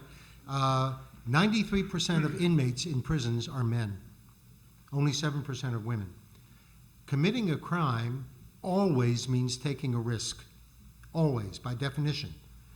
While men are willing to take risks, most women are smarter than that. They don't take the risks. So we have inmates in prisons are overwhelmingly male. One of the reasons why women are very, very reluctant, and one of the reasons why I think they will elect Trump by a narrow margin, the reason why I think women will support Trump will not support Trump, is that it's much too risky. He's a very risky choice, and women don't like that kind of risk. They support Democrats because Democrats define themselves today, since Bill Clinton, as the party of the safety net. And Republicans are always threatening to tear up the safety net. The safety net is something that women who have only begun to achieve economic independence in this country in the past couple of decades, women feel very vulnerable in the marketplace. They want the safety net there. They want government to be there with a safety net. Democrats promise to protect it. Trump does not. And in fact, Bill and Cinny, believe it or not, are both right. Public opinion research, including our own, out of the USC Dornsafe LA Times poll, or as Steve prefers to call it, the LA Times USC Dornsafe poll. What we have found is that while Clinton does enjoy a greater amount of support in raw numbers, Trump's supporters are more fervent and more certain in their support. And the white working class male voters that make up the demographic core of his support base are much more motivated at this point in the campaign. And while Clinton does, as Bill correctly pointed out, enjoy a greater amount of success from female and younger and minority voters, at least our research shows that they are not as motivated, as enthusiastic behind her as Trump supporters are behind him. And so it's less a question of persuading a voter to change his or her mind between now and the election, but convincing those voters, if you're Clinton, who are not as motivated, to become more motivated. And Bill, what I hear you saying is as the election draws closer, that's likely to happen. I want to go to... If it looks like Trump is going to win. Okay. And I want to go to... I'm going to go to And audience... there's no attack on the country. no Because I think that's yeah, and that's what brought, that's post huge. 9/11 California brought Arnold's as well, so. Larry, I'm going to ask you the first question from the audience, and it's a question about the debates. I have been told by people smarter than me that the first Trump-Clinton debate will be the most watched televised event since the moon landing. We have two candidates who are household names, both, as your fellow panelists have described, who have tremendous strengths and tremendous flaws. Talk a little bit about that first debate and what we should be watching for and what you'll be preparing for as you cover it. I think it is going to be huge, and not just Huge. because And worldwide. not just because of the excitement around it or concern, but the other factor is you've got two such entirely different candidates and a gender factor that's introduced into this debate that was much less of an issue, of course, during the Republican debates in the primary season. Yes, Carly Fiorina was there, but this is a whole different thing, one-on-one. And how Trump is going to deal with the gender issue. It's hard for me to imagine him being dismissive or insulting in the way that he was with his fellow Republicans, with Hillary Clinton, because I think if he has a problem with women voter support now, that would further dig the hole for him if he does that. So if we see a Trump who is a more respectful candidate in the course of the debates, then how does his assertiveness play itself out? And that's what I'm going to be looking for. Then what are the ways that he differentiates his aggressiveness versus her, his differentness, without getting personal with her? And I think that is going to be a tremendous challenge for him. For her, I think the challenge is going to be to sound real, to sound as though she's not rehearsed, to sound mastering the topics in the way that, of course, is important to her base of supporters, her knowledge, her experience, conveying that. But she's also got to be accessible, because people aren't just voting for a policy wonk. They're voting for someone that they feel that they trust and that to some degree they like. And that's her heavy lift, and he's got his heavy lift. And I'm just fascinated to see how they're going to do it. So Steve, I'm going to come to you also with the same question from a different perspective. You travel the region, you travel the state talking to people. Larry suggests that we want to see if Donald Trump is going to be nice and if Hillary Clinton is going to be real. Interesting. I guess the question I have for you from the perspective of the people who you talk to and write about is what do you think the average voter will be looking for as they watch this man and woman on stage together in 9 days? Well, thinking about my contact with readers and with people I bump into, I get a lot of I love Donald Trump. I get a lot of I hate Donald Trump. I get a lot of I hate Hillary Clinton. And I don't hear a lot of I love Hillary Clinton. there are clearly people who admire Hillary Clinton and hope that she's the next president. I'm wondering, in addition to how the debates are going to play, what kind of ads are being put together right now by your former colleagues? Because I think that may have a big impact on how this plays. And there are some comments here tonight about women and about how much support there is among women for Hillary. We talk so much about Latino vote, and is that going to do Trump in? But I think there are only a handful of states where a big Latino turnout could make a difference. It doesn't make a difference in California. It doesn't make a difference in Texas, because we already know how they're going to vote. But I think that the female vote could be a big factor. I heard Bill say last night that 55, is this right, Bill? 55% of American voters are females? Yes. Okay, I can just imagine the ads that are being put together by the Clinton side on things that Donald Trump has said about women. And I can't imagine that that's not going to motivate females to get out and vote. I asked Stu Spencer this question. What would you advise? You advised Ronald Reagan in four campaigns. And he said that he would tell Donald Trump, respect her and treat her as a human being. Do not talk about, she's a woman and she's sick, and is she healthy enough? Is she strong enough? Do not do that. Just stick to what you've been sticking to. And I said, well, what would you tell Hillary?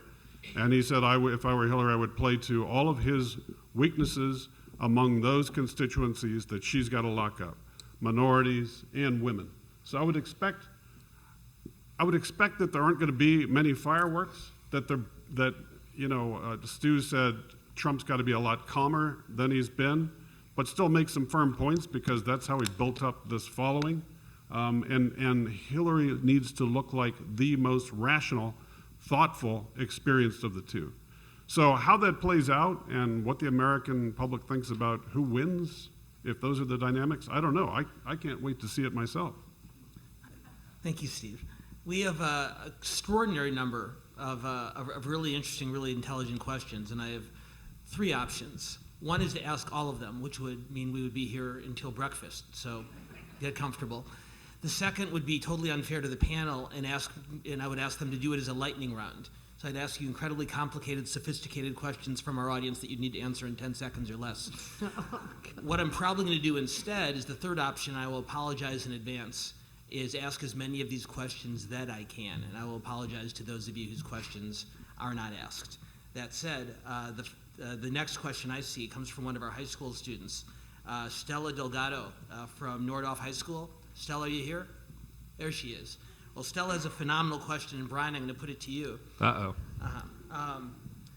Stella wants to know, since both candidates of the major parties seem to be so disliked, and I will add, by you. But her question is a much broader one. Given that we have an election, I think she means between the two most unpopular presidential candidates in modern history, why do third-party candidates have such a difficult time? That's a great question. Again, when I talked earlier about how technology hasn't caught up yet, I think, to politics and government, this is a big part of it. The engagement levels just historically in this country of older Americans in terms of voting in any election, let alone presidential elections, is a story that is told not enough, I think. You see it at the city council level, you see it at the state level, where the people who will be impacted by many of the decisions that these politicians that will be elected today for generations are not the people voting and not taking a very serious stance in voting. In terms of more directly answering the question about the third-party candidates, you have a system that's been set up to dissuade, I think, third-party candidates from running. So problem number one. Problem number two, when Dan says accurately, I think, that this will be the most watched program on television since the moon landing, speaking of the debates, and neither Jill Stein of the Green Party or Gary Johnson of the Libertarian Party are going to be on that stage, how can we expect that they have any chance whatsoever of winning this election, let alone winning this state?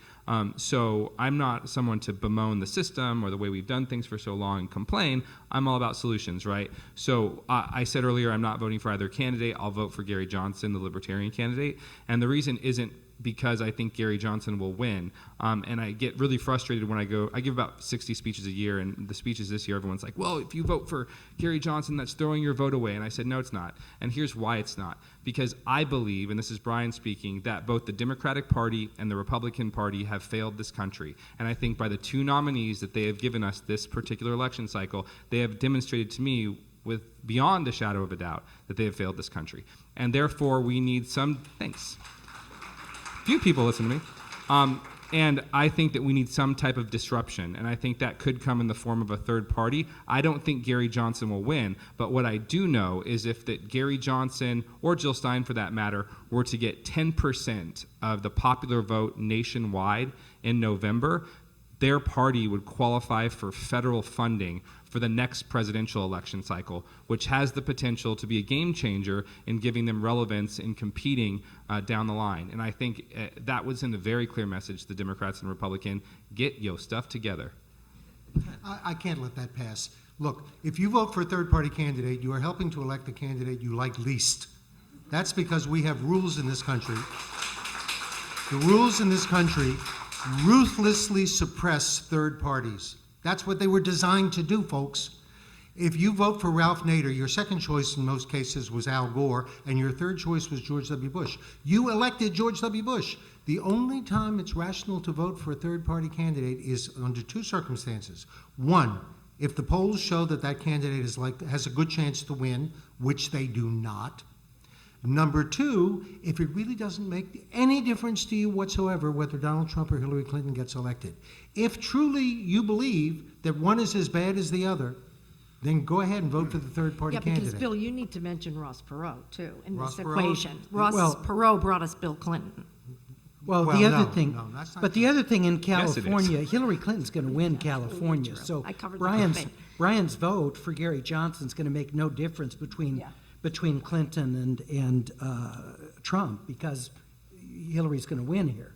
I agree with that, but my point is this. I think it is, I guess I'll be a little bit sensational. I am in the media. But I think that, it is immoral to ask anyone, election cycle after election cycle, and particularly my generation, which has to inherit all of these problems, election cycle after election cycle after election cycle, to vote for the lesser of two evils. Because at the end of the day, I'm still voting for evil, and I'm not doing it.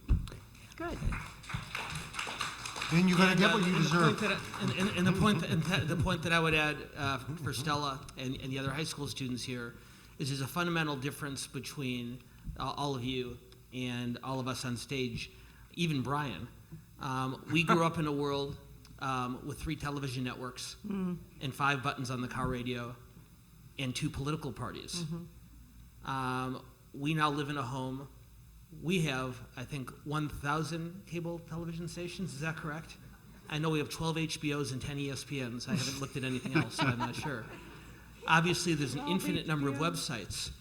And if you are a generation that has an infinite number of entertainment and information and opinion options in every other aspect of your life, being forced into the kind of binary choice that Stella's question reflects, and Brian Answer does as well, is an understandable thing to resist. So we can have a longer conversation afterwards, if you like, about what the solution to that is, but it's totally understandable why a generation that has been used to having a much larger range of choices in every aspect of their life is more suspicious of being forced into this sort of role.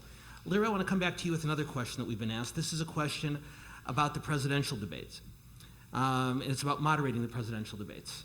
And you have moderated debates. We have moderated a debate together. Yeah. But over the course of your career, I'm guessing you have moderated probably 1,000 debates for candidates at some level or other. Could be, yeah. So here's the question, and this question obviously reflects the difficulty that Matt Lauer ran into a week or so ago when he was questioning Secretary Clinton and Mr. Trump on foreign policy questions.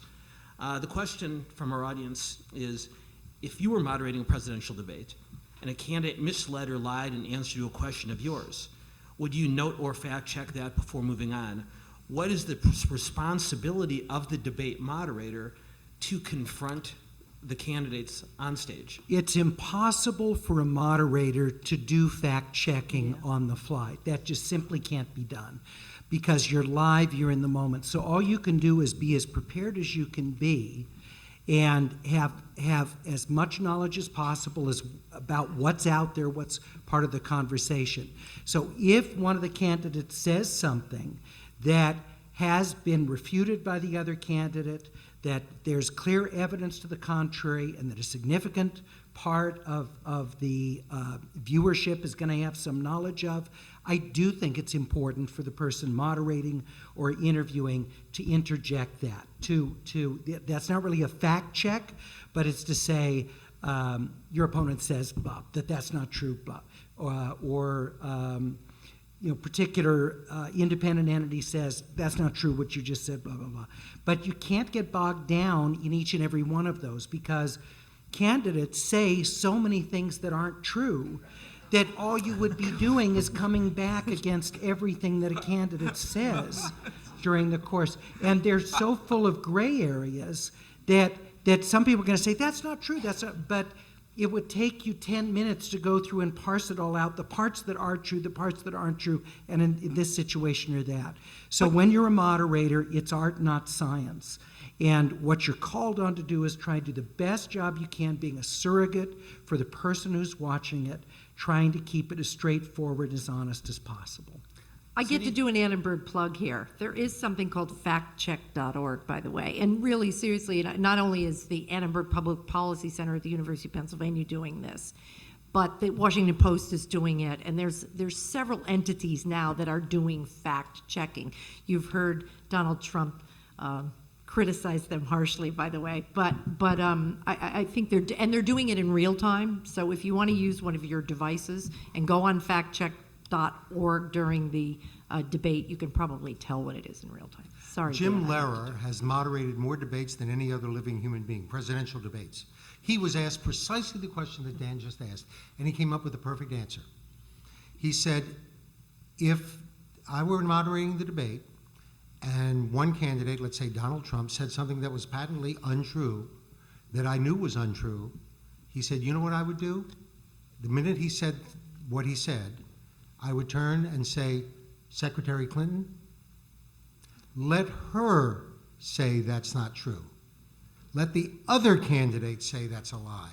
That's not the moderator's job. I would just say, Secretary Clinton. So one easy solution to this is to require Jim Lehrer and Larry Mantle to moderate every debate for every office in every state of America. It might be exhausting, Larry, but we would very much appreciate it. Steve, let me ask you this question. And to broaden this a little bit further from the debates, just the role of a journalist. And this is something that's been debated in earnest over the course of this campaign season. Is it your job as a journalist to report on both sides of a debate equally, even if both sides are not as valid? Or is it your job to confront a less valid argument more aggressively? Well, I don't know if you're asking me or asking media, but I was thinking before you asked that I can't leave here tonight without putting in a plug for supporting your local newspapers. Because we have in many ways been decimated, but we're still there. And although people have all sorts of strong opinions about a newspaper, what a newspaper is or isn't, there are still standards for fact-checking, for how you conduct interviews, for balance. I'm talking about the news stories in the newspapers. If you're writing an opinion piece, an editorial, if you're writing a column, your job is to share your viewpoint. I think that we have an obligation, now more than ever, given the nature of the dynamics in this election, to cover both sides, to hear what people have to say, to represent it, and also to filter through it. I mean, we have to do more than stenography. It's not just what people think about a subject, it's let's do the analysis. Can Hillary Clinton really accomplish this? Can Donald Trump really accomplish that? So I think that our role is to be balanced, to be fair. And the reason I ask for your support is because I started the LA Times 16 years ago. We had 1,200 reporters, editors, and photographers. We had 26 bureaus around the world. We have about 500 reporters today. Reporters, photographers, and editors. still have to cover the same state, the same world. It's tough, and one reason it's tough is because circulation has declined, ad revenue has declined, but we're still trying to do some good stuff. If you haven't heard Larry Mantle's show, you need to listen to it. This is straight ahead, thoughtful analysis, considering all sides on issues big and on issues small. So I object when people suggest that media are biased, that media, you work for a rag. There are a lot of good sources of good information, and we as journalists have to work to provide more information despite our limitations, better information, and good analysis. Cindy, this is something you spent a lot of time on, yeah. You Yeah, spent a with lot the- of time on this, Well, please. I mean, I'm so glad Steve said that about newspapers, because I'm going to say the same thing about local television news, which has been assailed for 1,000 years in this country. But the fact of the matter is how did we get here? So part of how we got here was, deregulation of the airwaves. There was a time in this country with the Federal Communication Commission, which I was appointed to a couple of years ago to do a study, when there was what was called the fairness rule. And when you put one side of a story on the air, you had to put the other side on as well. And of course, that's all gone away now. The other thing that's gone away is ownership of local television stations. There used to be a number of local television stations that one person or one company can own, and it was 5. And now we don't have that in this country anymore. With deregulation of television ownership, you've got about 6 groups that control the amount of local television in this country. And I would argue that those local television stations, and you're probably watching Santa Barbara TV here, right? That I would argue that those local television stations are as important in this community as the fire department and the police department, because that's where you're getting your information. Most of you are probably watching that local news, at least for the weather, right, or the traffic. So now you have this incredible explosion of money that's gone into politics that we all talked about, and they've, $11 billion is what it is, the number that's being projected that it will cost to elect a president in this country this year. And a significant amount of that money, guys, is going to television ads on those local television stations. But I'm going to tell you something to echo what Steve just said. That money's not going into that newsroom. And that money's not hiring reporters to cover the school board or cover the city hall or cover the zoning or whatever matters in your everyday life. So I would also suggest that it's important that we at least surface the fact that has been an entire universe that has changed, that local television stations used to have beat reporters and used to have people that could cover government and ask these tough questions. And that's all sort of gotten muddied in all of this as well. So when you're watching it at night, it just really isn't what it used to be when you had a significant investment made by a local television owner. It's now probably more often than not owned by either Comcast or Hertz or Scripps or one of these gigantic television entities that are making a ton of money, especially this year. And this is a critically important topic, and one thing I humbly suggest to those who oversee the Ojai Chautauqua series is at some point it might be worth the time to convene an entire panel discussion just on the question of media in society and its role and its future. For this panel, I want to get back to the campaign just for a little bit, and I've got a question that I'd like to put to Bill from another one of our high school students, is Elizabeth from Villanova. Elizabeth, are you here? There she is. She's standing in back. Oh my gosh, we can't give Elizabeth a chair? Oh my gosh.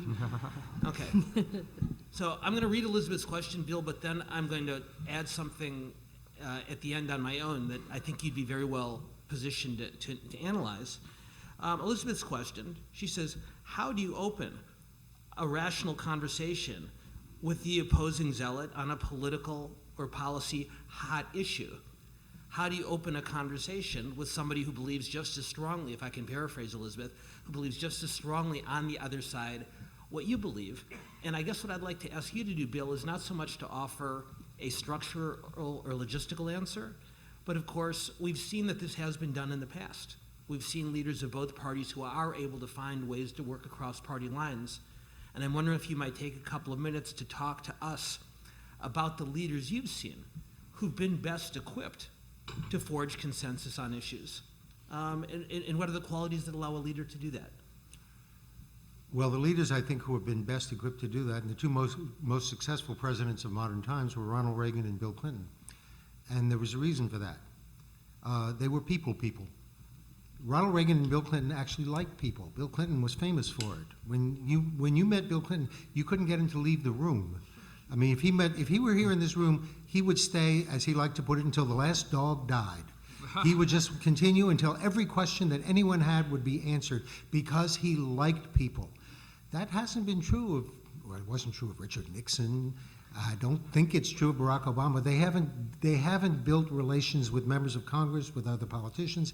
And if there's not that level of personal trust between individuals, you're not going to be able to find them able to really make a deal, to compromise, to find common ground. There's that personal element in politics that can never be denied, and any real leader has to be skilled at it, particularly in this country. And it relates to something we were talking about earlier. Our governmental system requires compromise and deal-making. That's the way it works, because we have a separation of powers. And if you have a president of one party and a Congress of another party and states controlled by different parties and different houses of the legislature, only way anything is ever going to happen is through compromise and deal-making. And what I just said was that starts with a personal level of communication among people with political responsibility. I'll just tell you that Bill Clinton once was confronted by a Tea Party lady at a meeting a few years ago, and she stood up and she said, "I'm a Tea Party supporter, and I believe there's nothing more important than principle. And our politicians have no principles. They're ready to compromise and make a deal over anything, and every deal means selling out." And Bill Clinton listened to her politely, and he said, "Madam, read the Constitution of the United States. It might as well be called, 'Let's make a deal.'" Brian, I've got a question that is clearly directed toward you. It has nothing to do with home food preparation, unfortunately. Okay, good. I said, Brian mentioned millennials being solution-oriented, who wonder why partisans cannot simply come together. The impact of immediate media feeds leave little time to process and reflect. How do you perceive the millennials, our children and grandchildren, will come to inform views, let alone come together to form a political coalition on issues on which they disagree? That's a great question. I think that, I guess I would say, first, let's not be fooled so much by the hype. So while millennials do engage in things like Twitter, and Twitter's like, and Facebook, those are like old now. So like we got Snapchat, we have Instagram's my favorite place, and stuff like that. Those are used, I think, as communication and ways of getting initial information. But I think millennials are also turning to new media sources that are more in depth and also, I guess, do what I would term tell the story behind the story. And you see the uptick in some different media outlets like Vice, for example, which is kind of on-the-ground journalism, I guess kind of Amazon journalism. And you're seeing more in-depth consumption of knowledge that way. So I think that when you look at Twitter and you look at Facebook, where I think you see a lot of the vitriolic, angry communication, if you start to boil it down and look at who's actually posting and who's engaging in the fight, oftentimes it's not the demographic you think it is. The demographic you think it is actually elsewhere. And that's why I think it's important that we, and I always make the point about millennials, because the idea that we're, so self-absorbed and we just care about selfies, which are fun sometimes, is not necessarily true. There's a lot more substance. And I guess the best example and last example I'll give you, I don't always agree with him, but I think he was a brilliant journalist, broadcast journalist, in fact, and that was Jon Stewart on The Daily Show, with a great audience of millennials. And it wasn't that it was fast-paced and quick sound bites, which there was some of that, but because there was sizzle, but there was also substance. And what Jon Stewart, I think, did so well, which is appealing to this generation, is he dissected media on both sides talking about political issues. And I think we're seeing a demand from this generation for more sources like that. I don't think that demand is frankly being met to the extent that it should be, and we've had offline conversations about that. But I think that there is a great deal of interest in quick, fast information, but also the opportunity to dive into it with substance later. And I think that's the hope. Well, and of course, Cindy, that's the real challenge, is what social media does is it shifts responsibility. It shifts responsibility from a small number of anchor men in New York City in the days of yore and a small number of news editors to each one of us. And we can either dig deep and learn a lot more about public policy than we ever could have before, or we can use that freedom to skate in a much more superficial way, in which several of you have talked about over the course of the discussion.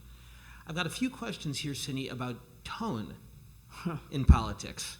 And as I was reading those questions, it reminded me of a quote from President Obama at the White House Correspondents' Dinner this year, which I'm going to read and then ask you to talk about tone.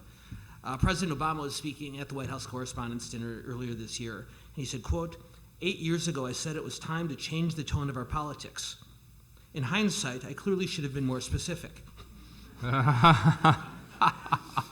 And the questions, if I can paraphrase, because there are several of them, is as the tone of the political debate has gotten so vitriolic, do they do it because do the voters like it, or are the voters offended by it? Well, I'm going to depend on Bill to help me with numbers and so forth. But the fact is, it's very rare to throw your local incumbent out of office. So that speaks volumes to how we're voting.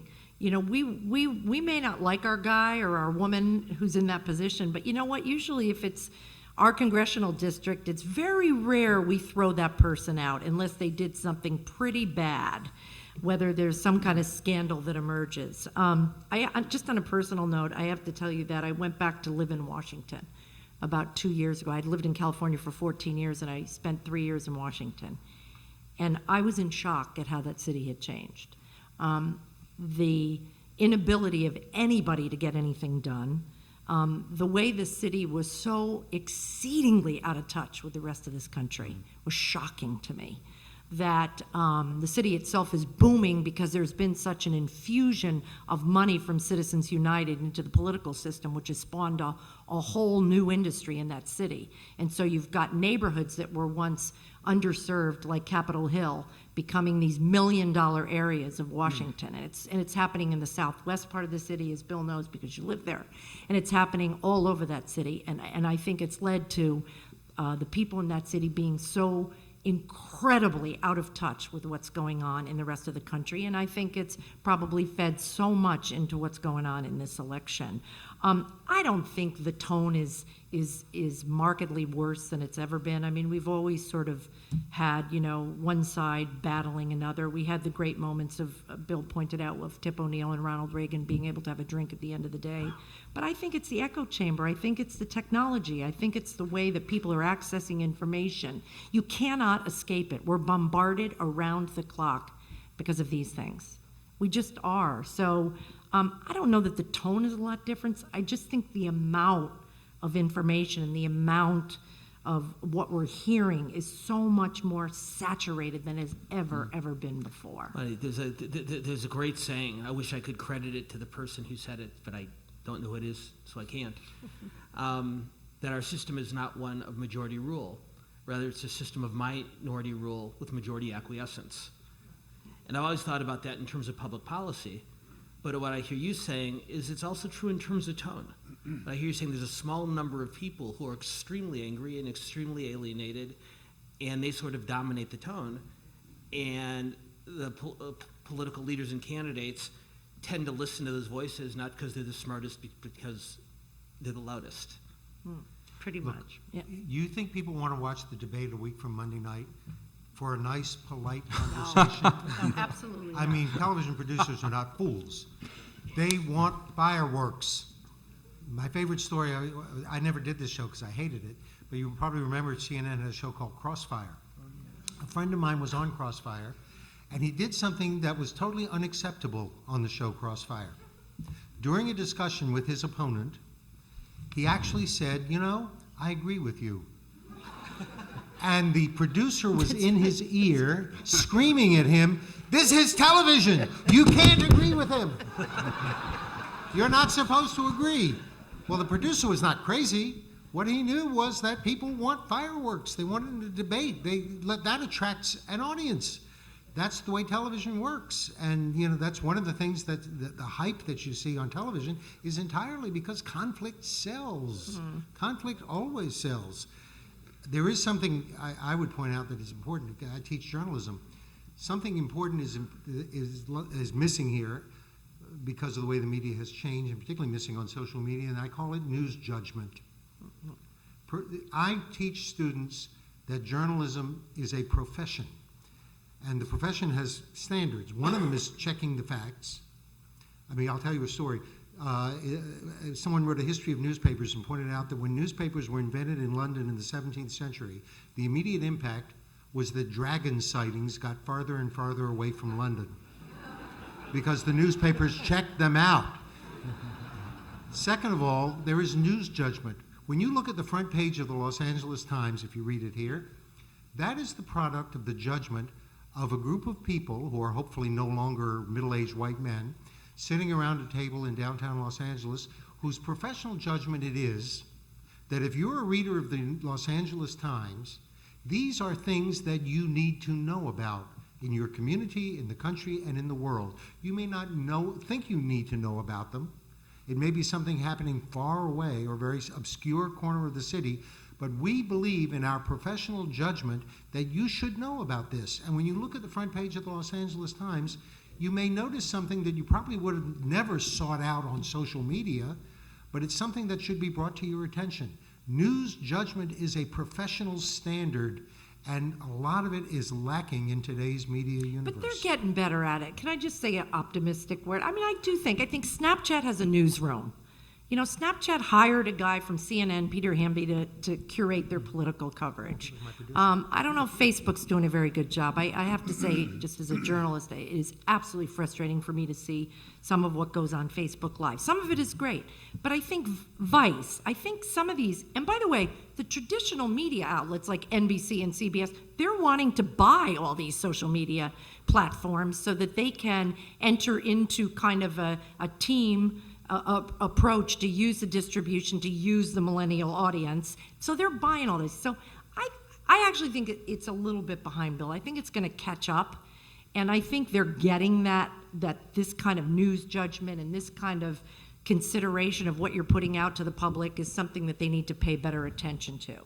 And I think once again, reconvening this group for a conversation about media could be, I think, a fascinating discussion.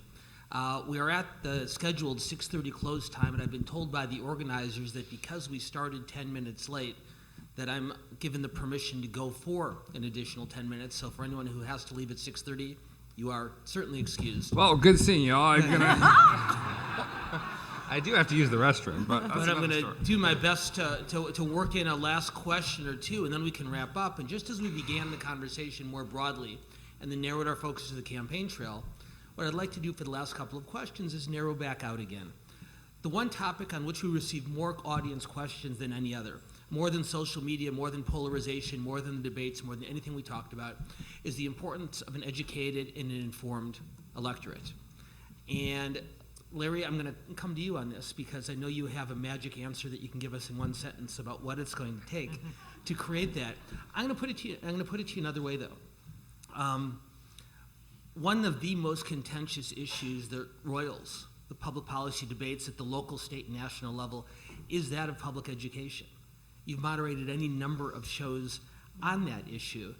Talk for just a minute or two about the kind of things we should be thinking about in terms of education and policy that can lead us toward the more informed and educated electorate that the questions are asking about. Well, let me start just quickly by talking about education itself as a lightning rod issue in this country. Common Core, of course, is a huge political issue, and it's one of those that's playing out even with the presidential debate. I think as we have an opportunity to dive deeper into subjects and to try different things. I mean, one of the things, despite questions about quality of our public education system around the country is we have had a tremendous number of experiments and charter schools and magnets that have been started, different ways of teaching kids. And so instead of people having just ideologically grounded opinions of what public schools should be teaching or not or how they should be doing it, we're actually starting to get some results that we can compare. And I think the more that we can ground divisive issues into actual policies that get tried, see if they work, what the result is, the more it pulls the emotion out of it and polarization to try to get to something that's a little bit more factual. When it comes to the electorate itself being more educated, I think that more and more schools are trying to develop critical thinking about what students see. That we're seeing it in public and in independent schools, a move toward talking with students in social studies-oriented classes about how they judge what they see, where they go to get information about what they're, teachers over and over again will talk about how what you see on social media isn't necessarily true, it's not vetted. I do think that younger people are going to get wiser about this and probably already are getting wiser. I don't know what you're seeing among your college students, those of you that teach. But I think that there is hope that people will get more savvy, that level of sophistication and informed electorate will actually grow. I think that may be, in fact, a very positive trend here. Well, and in addition to the hope-for conversation I mentioned at some point in the future about the role and future of media in our society, I know some smart people in this community have already been talking about convening programs like this to talk about education policy in this community and in the state and across the country. And I'll be very, very eager, should you have me, to participate in those conversations as well.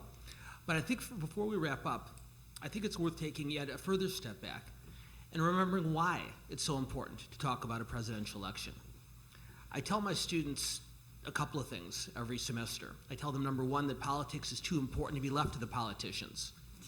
And I say that not to put down the, largely, in my mind, the admirable men and women and men who do run for public office, just to remind them that they're not going to be able to accomplish anything, those admirable men and women, unless the rest of us are willing to work with them, and that politics is a community-based endeavor, not just for the men and women who happen to put their name on the ballot.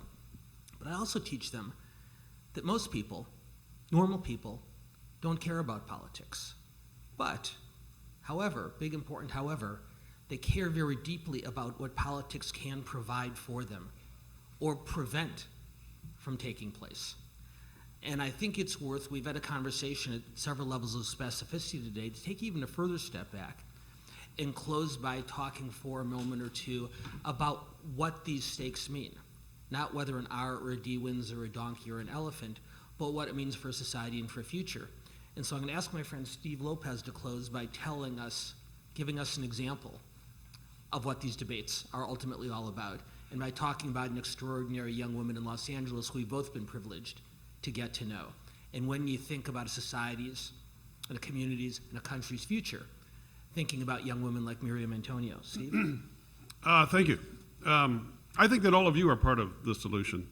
You could be out riding horses or watching the pink moment, and instead you're here because you care, and you have a community, and you may come with different political stripes, but you want to know how to make a difference in your community, and your presence here is the first step. I met Miriam a couple of years ago, and she was a 17-year-old student at Fairfax High. I love this about my job, that I hear about these people. In May, I got an email from a kid saying, I'm a 20-year-old Republican currently on the ballot for public office. I'm running because I want to get more young people voting and engaged in politics. Peter Van Voorhees, 20 years old, UC Irvine, and I went down to meet with him and watch him hang his flyers all over campus. And he said, I'm not giving up on politics. I'm not giving up on the Republican Party in California. I think that young people like me can lead a resurgence. I want to have a voice, and that's why I'm running. He lost, but I love his spirit. So I was at speaking of education, I was at a school board candidates forum in Los Angeles, and there were 3 candidates for the school board seat in the one district that I happen to live in, and 2 of the candidates did not show up. There were political issues about, well, who's hosting this and who's going to say what and do what.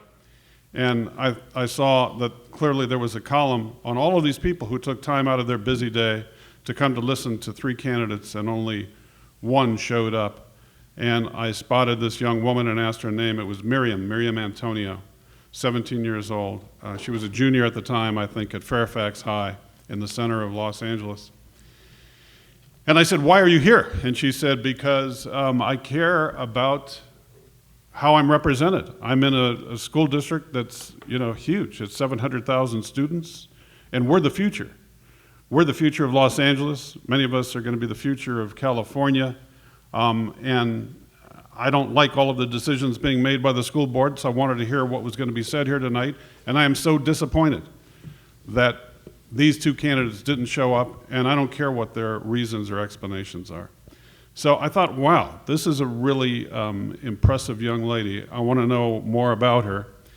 Next time I checked in with Miriam, she was organizing voter registration at Fairfax High and trying to persuade students who don't follow things like LA Unified School Board elections why it was important to them, how they all had a stake in this, and how they should lend their voice to the discussion. And I'd go to Fairfax, and there she'd be walking around with her clipboard and taking down names. And she'd say, oh, I've applied for a job with a school board member. So I thought, well, what is her life like, and where does all of this come from? Was there a parent that influenced her? And I said, I'd like to meet with you at your home. She lives several miles from Fairfax High in a 2-bedroom apartment in Koreatown. She takes 2 buses to get to Fairfax. It's a long trek. And she has 2 families living in this 2-bedroom apartment. There's one family that uses the 1 bedroom. She, her mother, and 2 brothers use the other bedroom. The 2 families share the kitchen. They share the bathroom. This is her life, and this is life for hundreds of thousands of people, if not millions, in Southern California, and in this nation. And Miriam said, I don't have all of the answers, but I know this is not right. I know that my family has worked hard. I know that my mother works hard. She's got a graveyard shift as a janitor. And sometimes when I've finished preparing dinner for my younger siblings and help them with their homework, I'll take the bus and go and help her clean the bathrooms so she can get done a little bit quicker and get home and get a little more sleep. This is her life. And she said, I want to make a difference. I want to be involved. I want to learn about politics. And I want to go to a great college. And that's what I'm working toward, because I think that young people like me can make a difference and will make a difference. And I said, well, what do you want to do? She said, I want to study law, and then I want to run for office. And I said, what do you want to run for? And she said she didn't want to set the bar too high, but she thought she would one day make a great governor of California. Her name is Miriam Antonio. I hope to see her running. She has now begun college. And by the way, people read these columns about Miriam and wanted to help, because we all have this, I think, in our hearts. We want to make a difference in the world, and we don't always know how. And you look at somebody like Miriam with all of that initiative, trying to rise above her situation and bring others up the ladder with her. And I would open my mail, I'd get to work and look at the mailbox, and there'd be 20 letters and 30, and open them up, and here's a $5 bill, and here's a $5,000 check. And Miriam has quite a nice college fund started. And she's just begun college.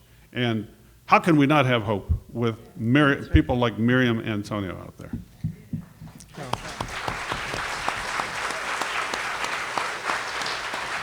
I asked Steve to tell that story to close tonight's discussion, just to remind us about how big and broad and how much bigger and broader the stakes are in this campaign and every campaign than we normally tend to remember. It's easy to focus in on the day-to-day, on the email servers and the medical reports and all the rest of it. But I think an appropriate reminder about ultimately why we do what we do not only why we vote for the candidate of our choice, but why we get involved in our community, why all of you choose to participate in programs and conversations like this one, is because the stakes are so high. In 2056, when Miriam runs for governor of California, I will be 93 years old. And so I'll probably not be able to be of much help on her campaign. But I'm already very excited to be casting a ballot for her. But for Miriam and for Peter, who Steve also talked about, for Stella and for Elizabeth and for the other high school students who are part of this program tonight, I think they all serve as tremendous reminders to all the rest of us that our obligations, not just as voters, but as citizens and members of a community, are to provide them with the tools. So whether their goal is to be a governor or a senator or a doctor or a CEO, we've given them the tools where they can succeed. And reasonable people on the left and the right can disagree about the best way to equip them and to prepare them. But I think the one thing that makes conversations like these and makes forums like the Ojai Chautauqua so valuable is even if we disagree on how to do it, we all can agree fervently that it needs to be done. And if the worst thing that comes out of a conversation like this one is we hear something that we might not have ever heard before, or we look at an issue or a challenge from a perspective that we might never have considered, that makes it much, much easier for us to ultimately decide how to equip those amazing young people to lead us into the future. There's a famous quote, one of my favorites. It says, "We stand on the shoulders of giants." And what I tell my students as they prepare for their responsibilities of leadership is I tell them, I said, the only thing better, guys, than standing on the shoulders of a giant is having someone stand on your shoulders. And the tremendous thing about every single one of you in this room tonight is you are the giants on whose shoulders the Miriams and the Peters and the Stellas and Elizabeths will be standing. So I'll ask you to conclude this program before I thank our panelists, the same way we started. Give yourselves a round of applause for doing the most important thing to prepare us for the future that we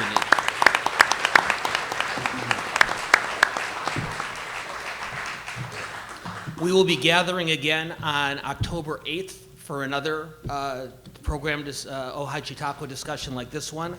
Our guest on the 8th will be Roberto Suro, who's the former head of the Pew Hispanic Center and prize-winning reporter for the Washington Post.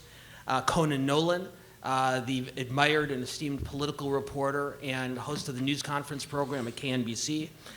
Gail Becker, former Clinton administration official and former head of global communications for Edelman Worldwide and one of the country's foremost experts on female voting and consumer habits. Jeff Greenfield, the longtime PBS and CNN commentator, and Adam Nagurney of the New York Times, currently the LA Times bureau chief, the Los Angeles bureau chief for the Times, and formerly their White House correspondent. It'll be a terrific conversation. We hope you will join us for it. And the reason we're having that conversation just like this one is because of Tom and Catherine, because of Esther and Tom and the Ohio Chautauqua Committee. So let's thank them one more time for all the terrific work they've done.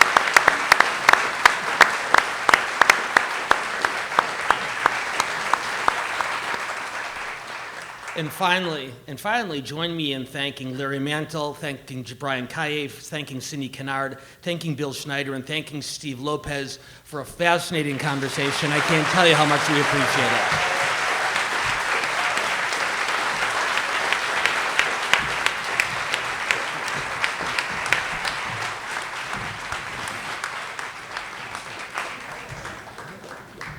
Tom, you have some closing thoughts to offer? Only to say there's a reception follow right now, and you're all invited to come if you would like. It is over at the Ojai Music Festival office at 201 South Signal. Very briefly, I would like to thank our sponsors, in particular the Agora Foundation, the Oak Grove School, the Ojai Music Festival, and Majestic Oak Vineyard. And I'd like to say, if you want to help with this project, we are happy to have your help. Like every nonprofit, we need wealth, wisdom, and work. So let us know if you're inclined to do that. There's an email sign-up list in the lobby. Thank you for coming.